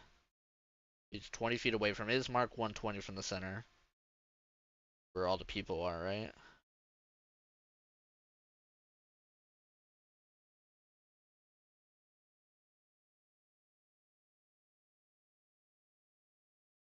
Okay.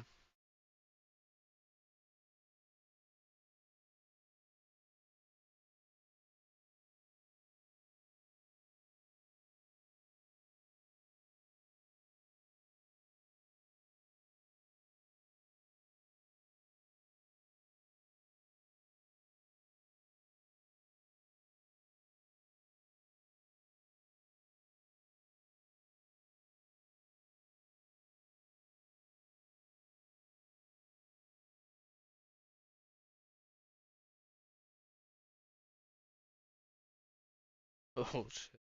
Okay. And then obviously just a fucking beast. Not immune to hold person though. Well, actually, the two form does grant like basically legendary resist,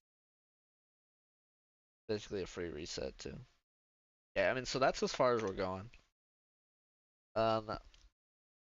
A lot of these NPCs are very minor, unimportant. A couple of them I would like to get some images for.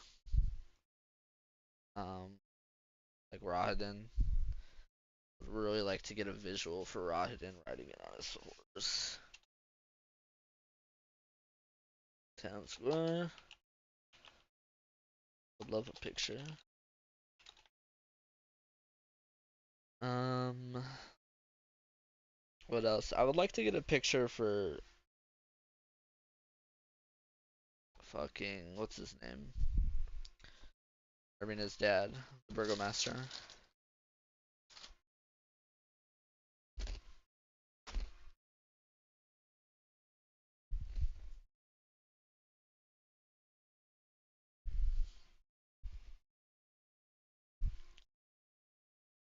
Outside of that, we have a combat at the eastern barricade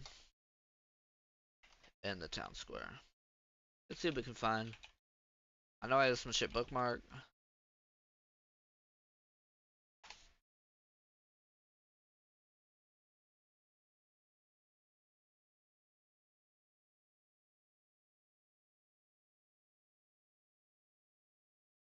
It's pretty good.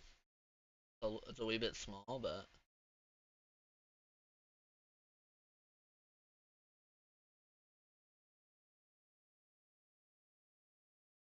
probably gonna have other one.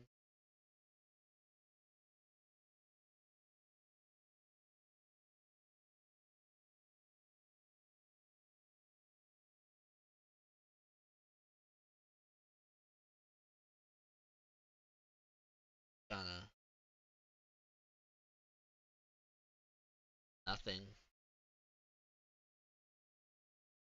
But I mean, some people appreciate literally the links.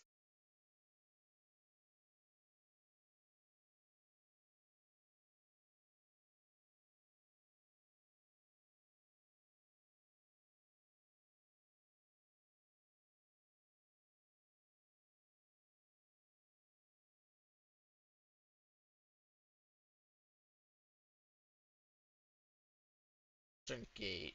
I need barricade. But check their. Let's scan through their Patreon. I like this style a lot more.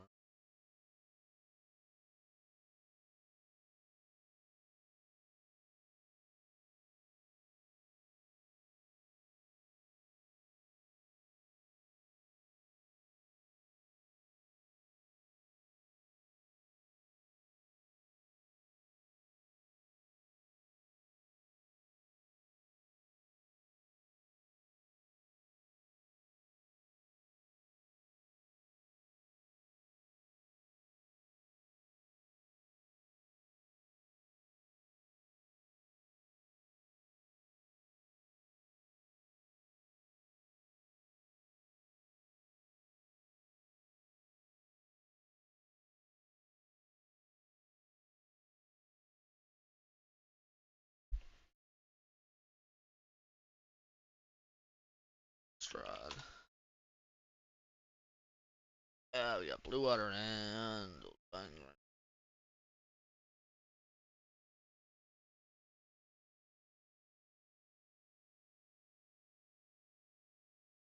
Yeah, this isn't reloaded.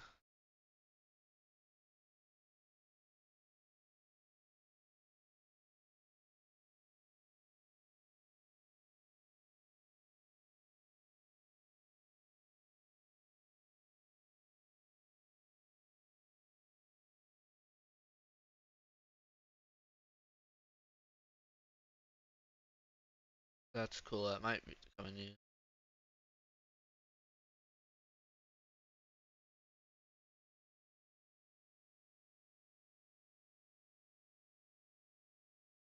This is with Donovan. I don't see him though.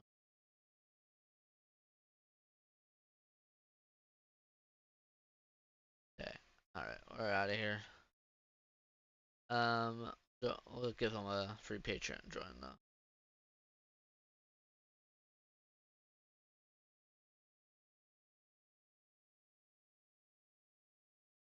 Barricade.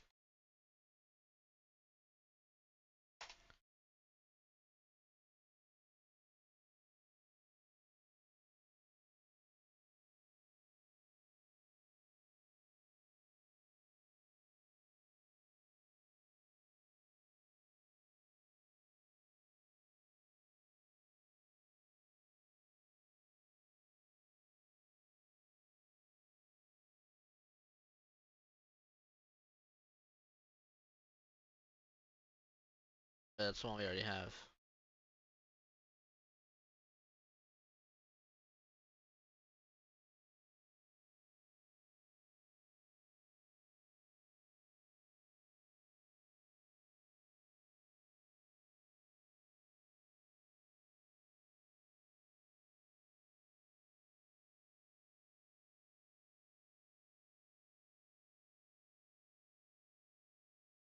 Actions.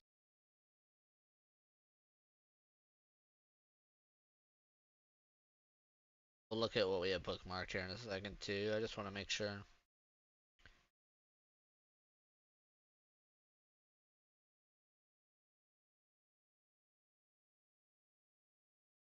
Not.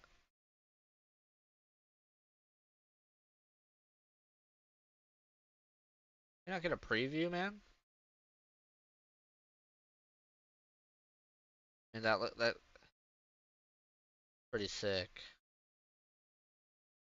What would it take to join? We've already been following him. Yeah, it's $3. Okay, that may just be it. And then we had some more as well.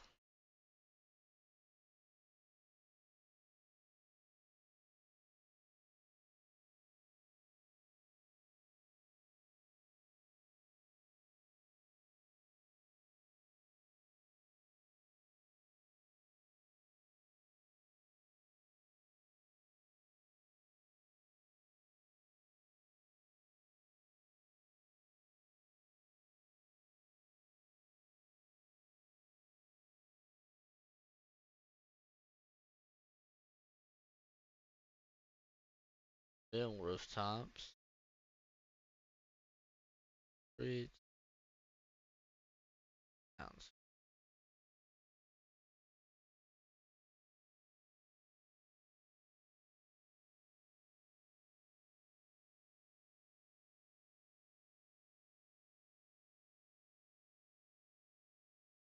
Tavern, I don't think. I mean, you never know.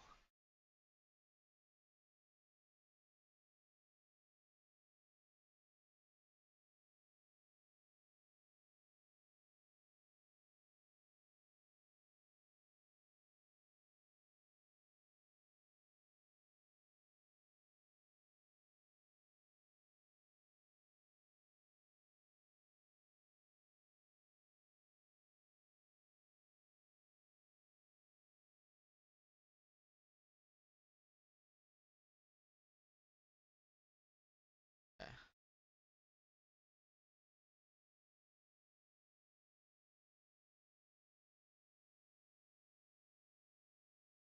Okay. All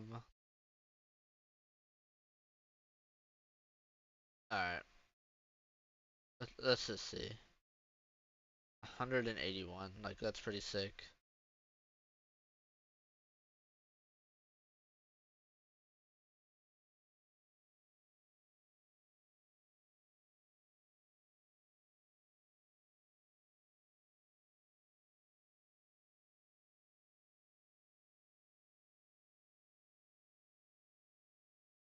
That looks sick.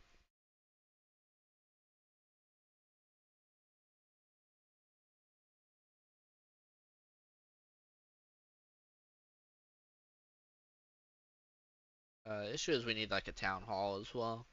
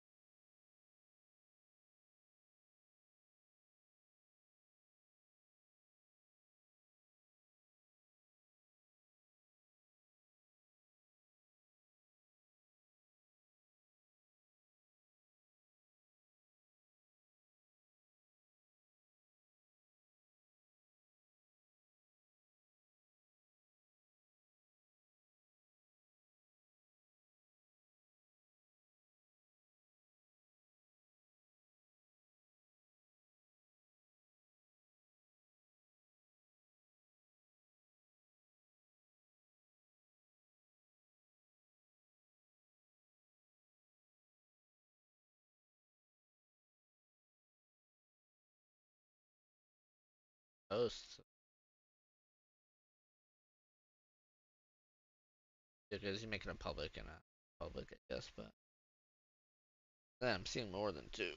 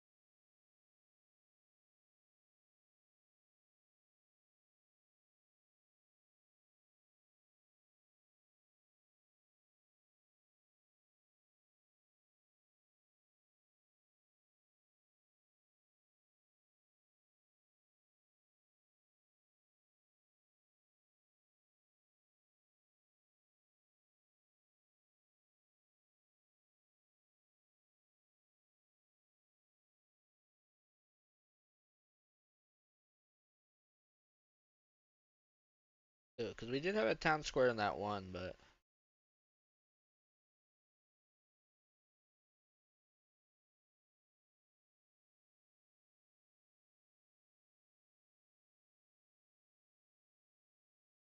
Such a different style.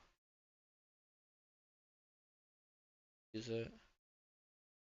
I think I'm gonna use this guy's Eastern Barricade, even though I can't really see it.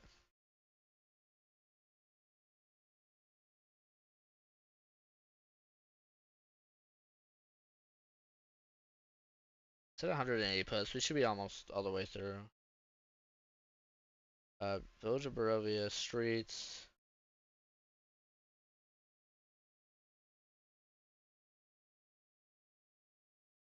Neither of these are gonna be town square. Okay. Mansion. We gotta scroll up a little. We're skipping through church. Bumps of birds, Baba's hut. Okay. Streets. Outskirts.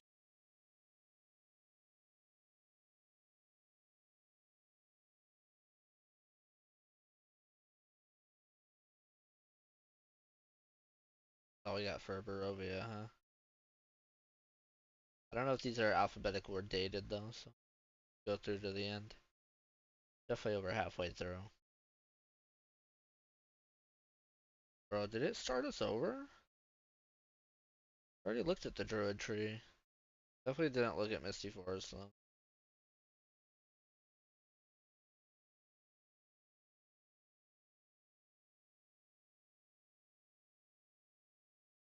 Gates of the Misty Realm. Alright.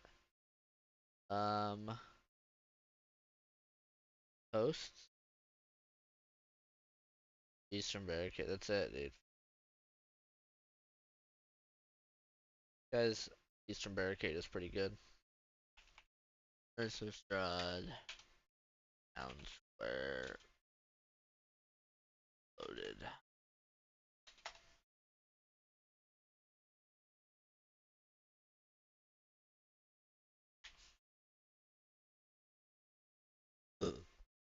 Alright,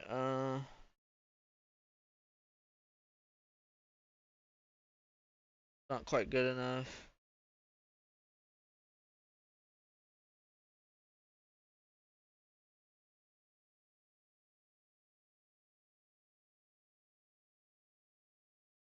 Yep.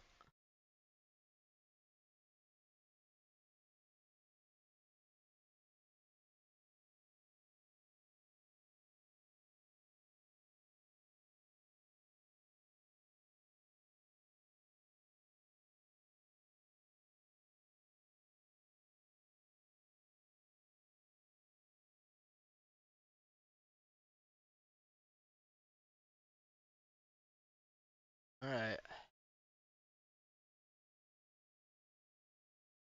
We're gonna switch our screen real quick so we don't dox ourselves.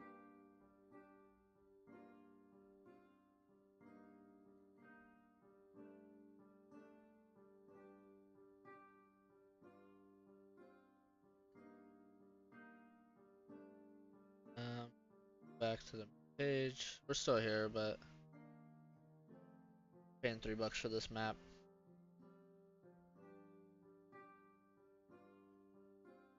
Oh, he does have sneak peek posts. That's sick.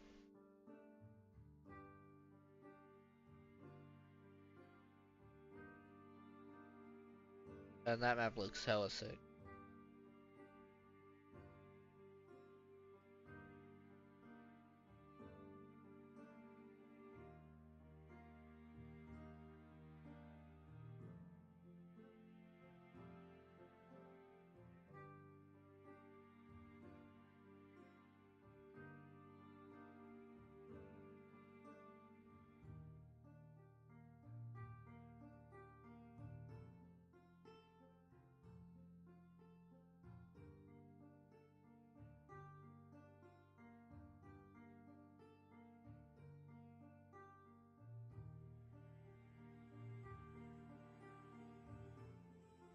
Yeah, let's look at his collections.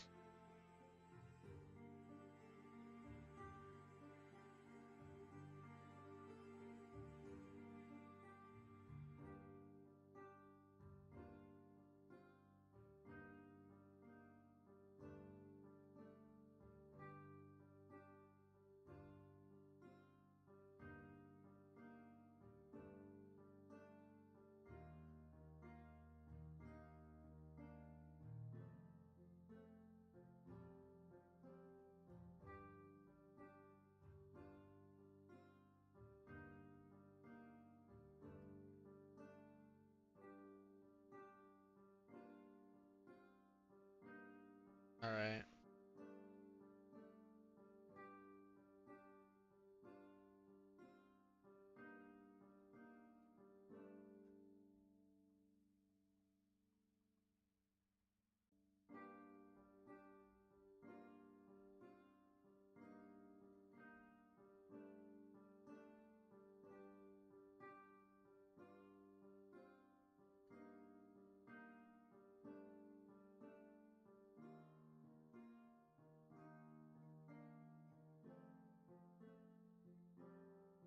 Oh, what's this? Hold up, hold up.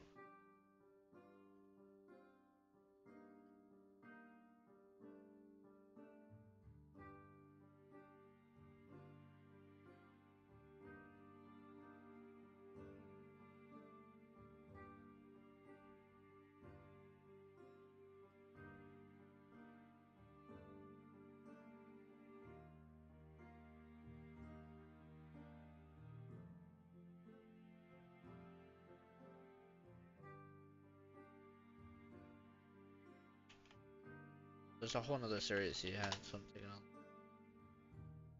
back then.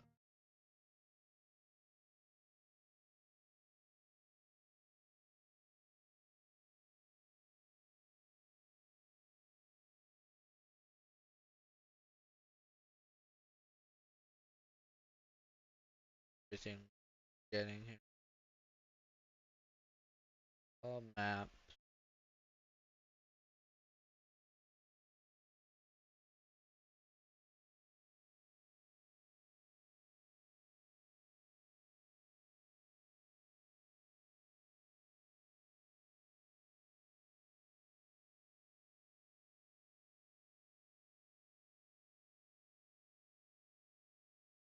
Download it.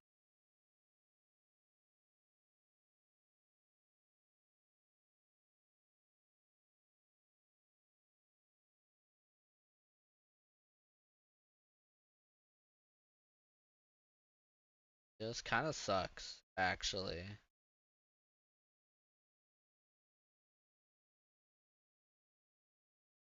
Uh, okay, it's nice that we have a non-barricaded version though. The reason it sucks is it's like all on the left-hand side. Right, and then there's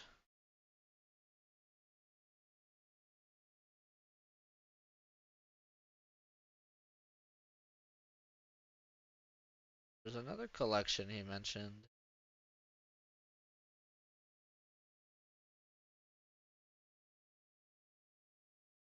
Nightmares.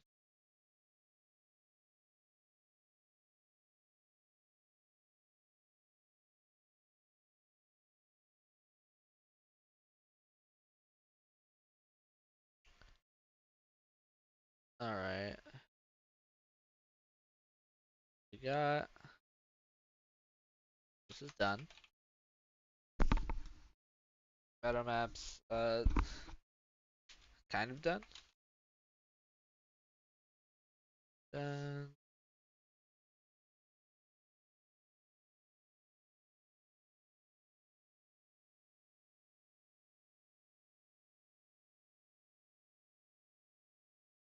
All right. But I think that's what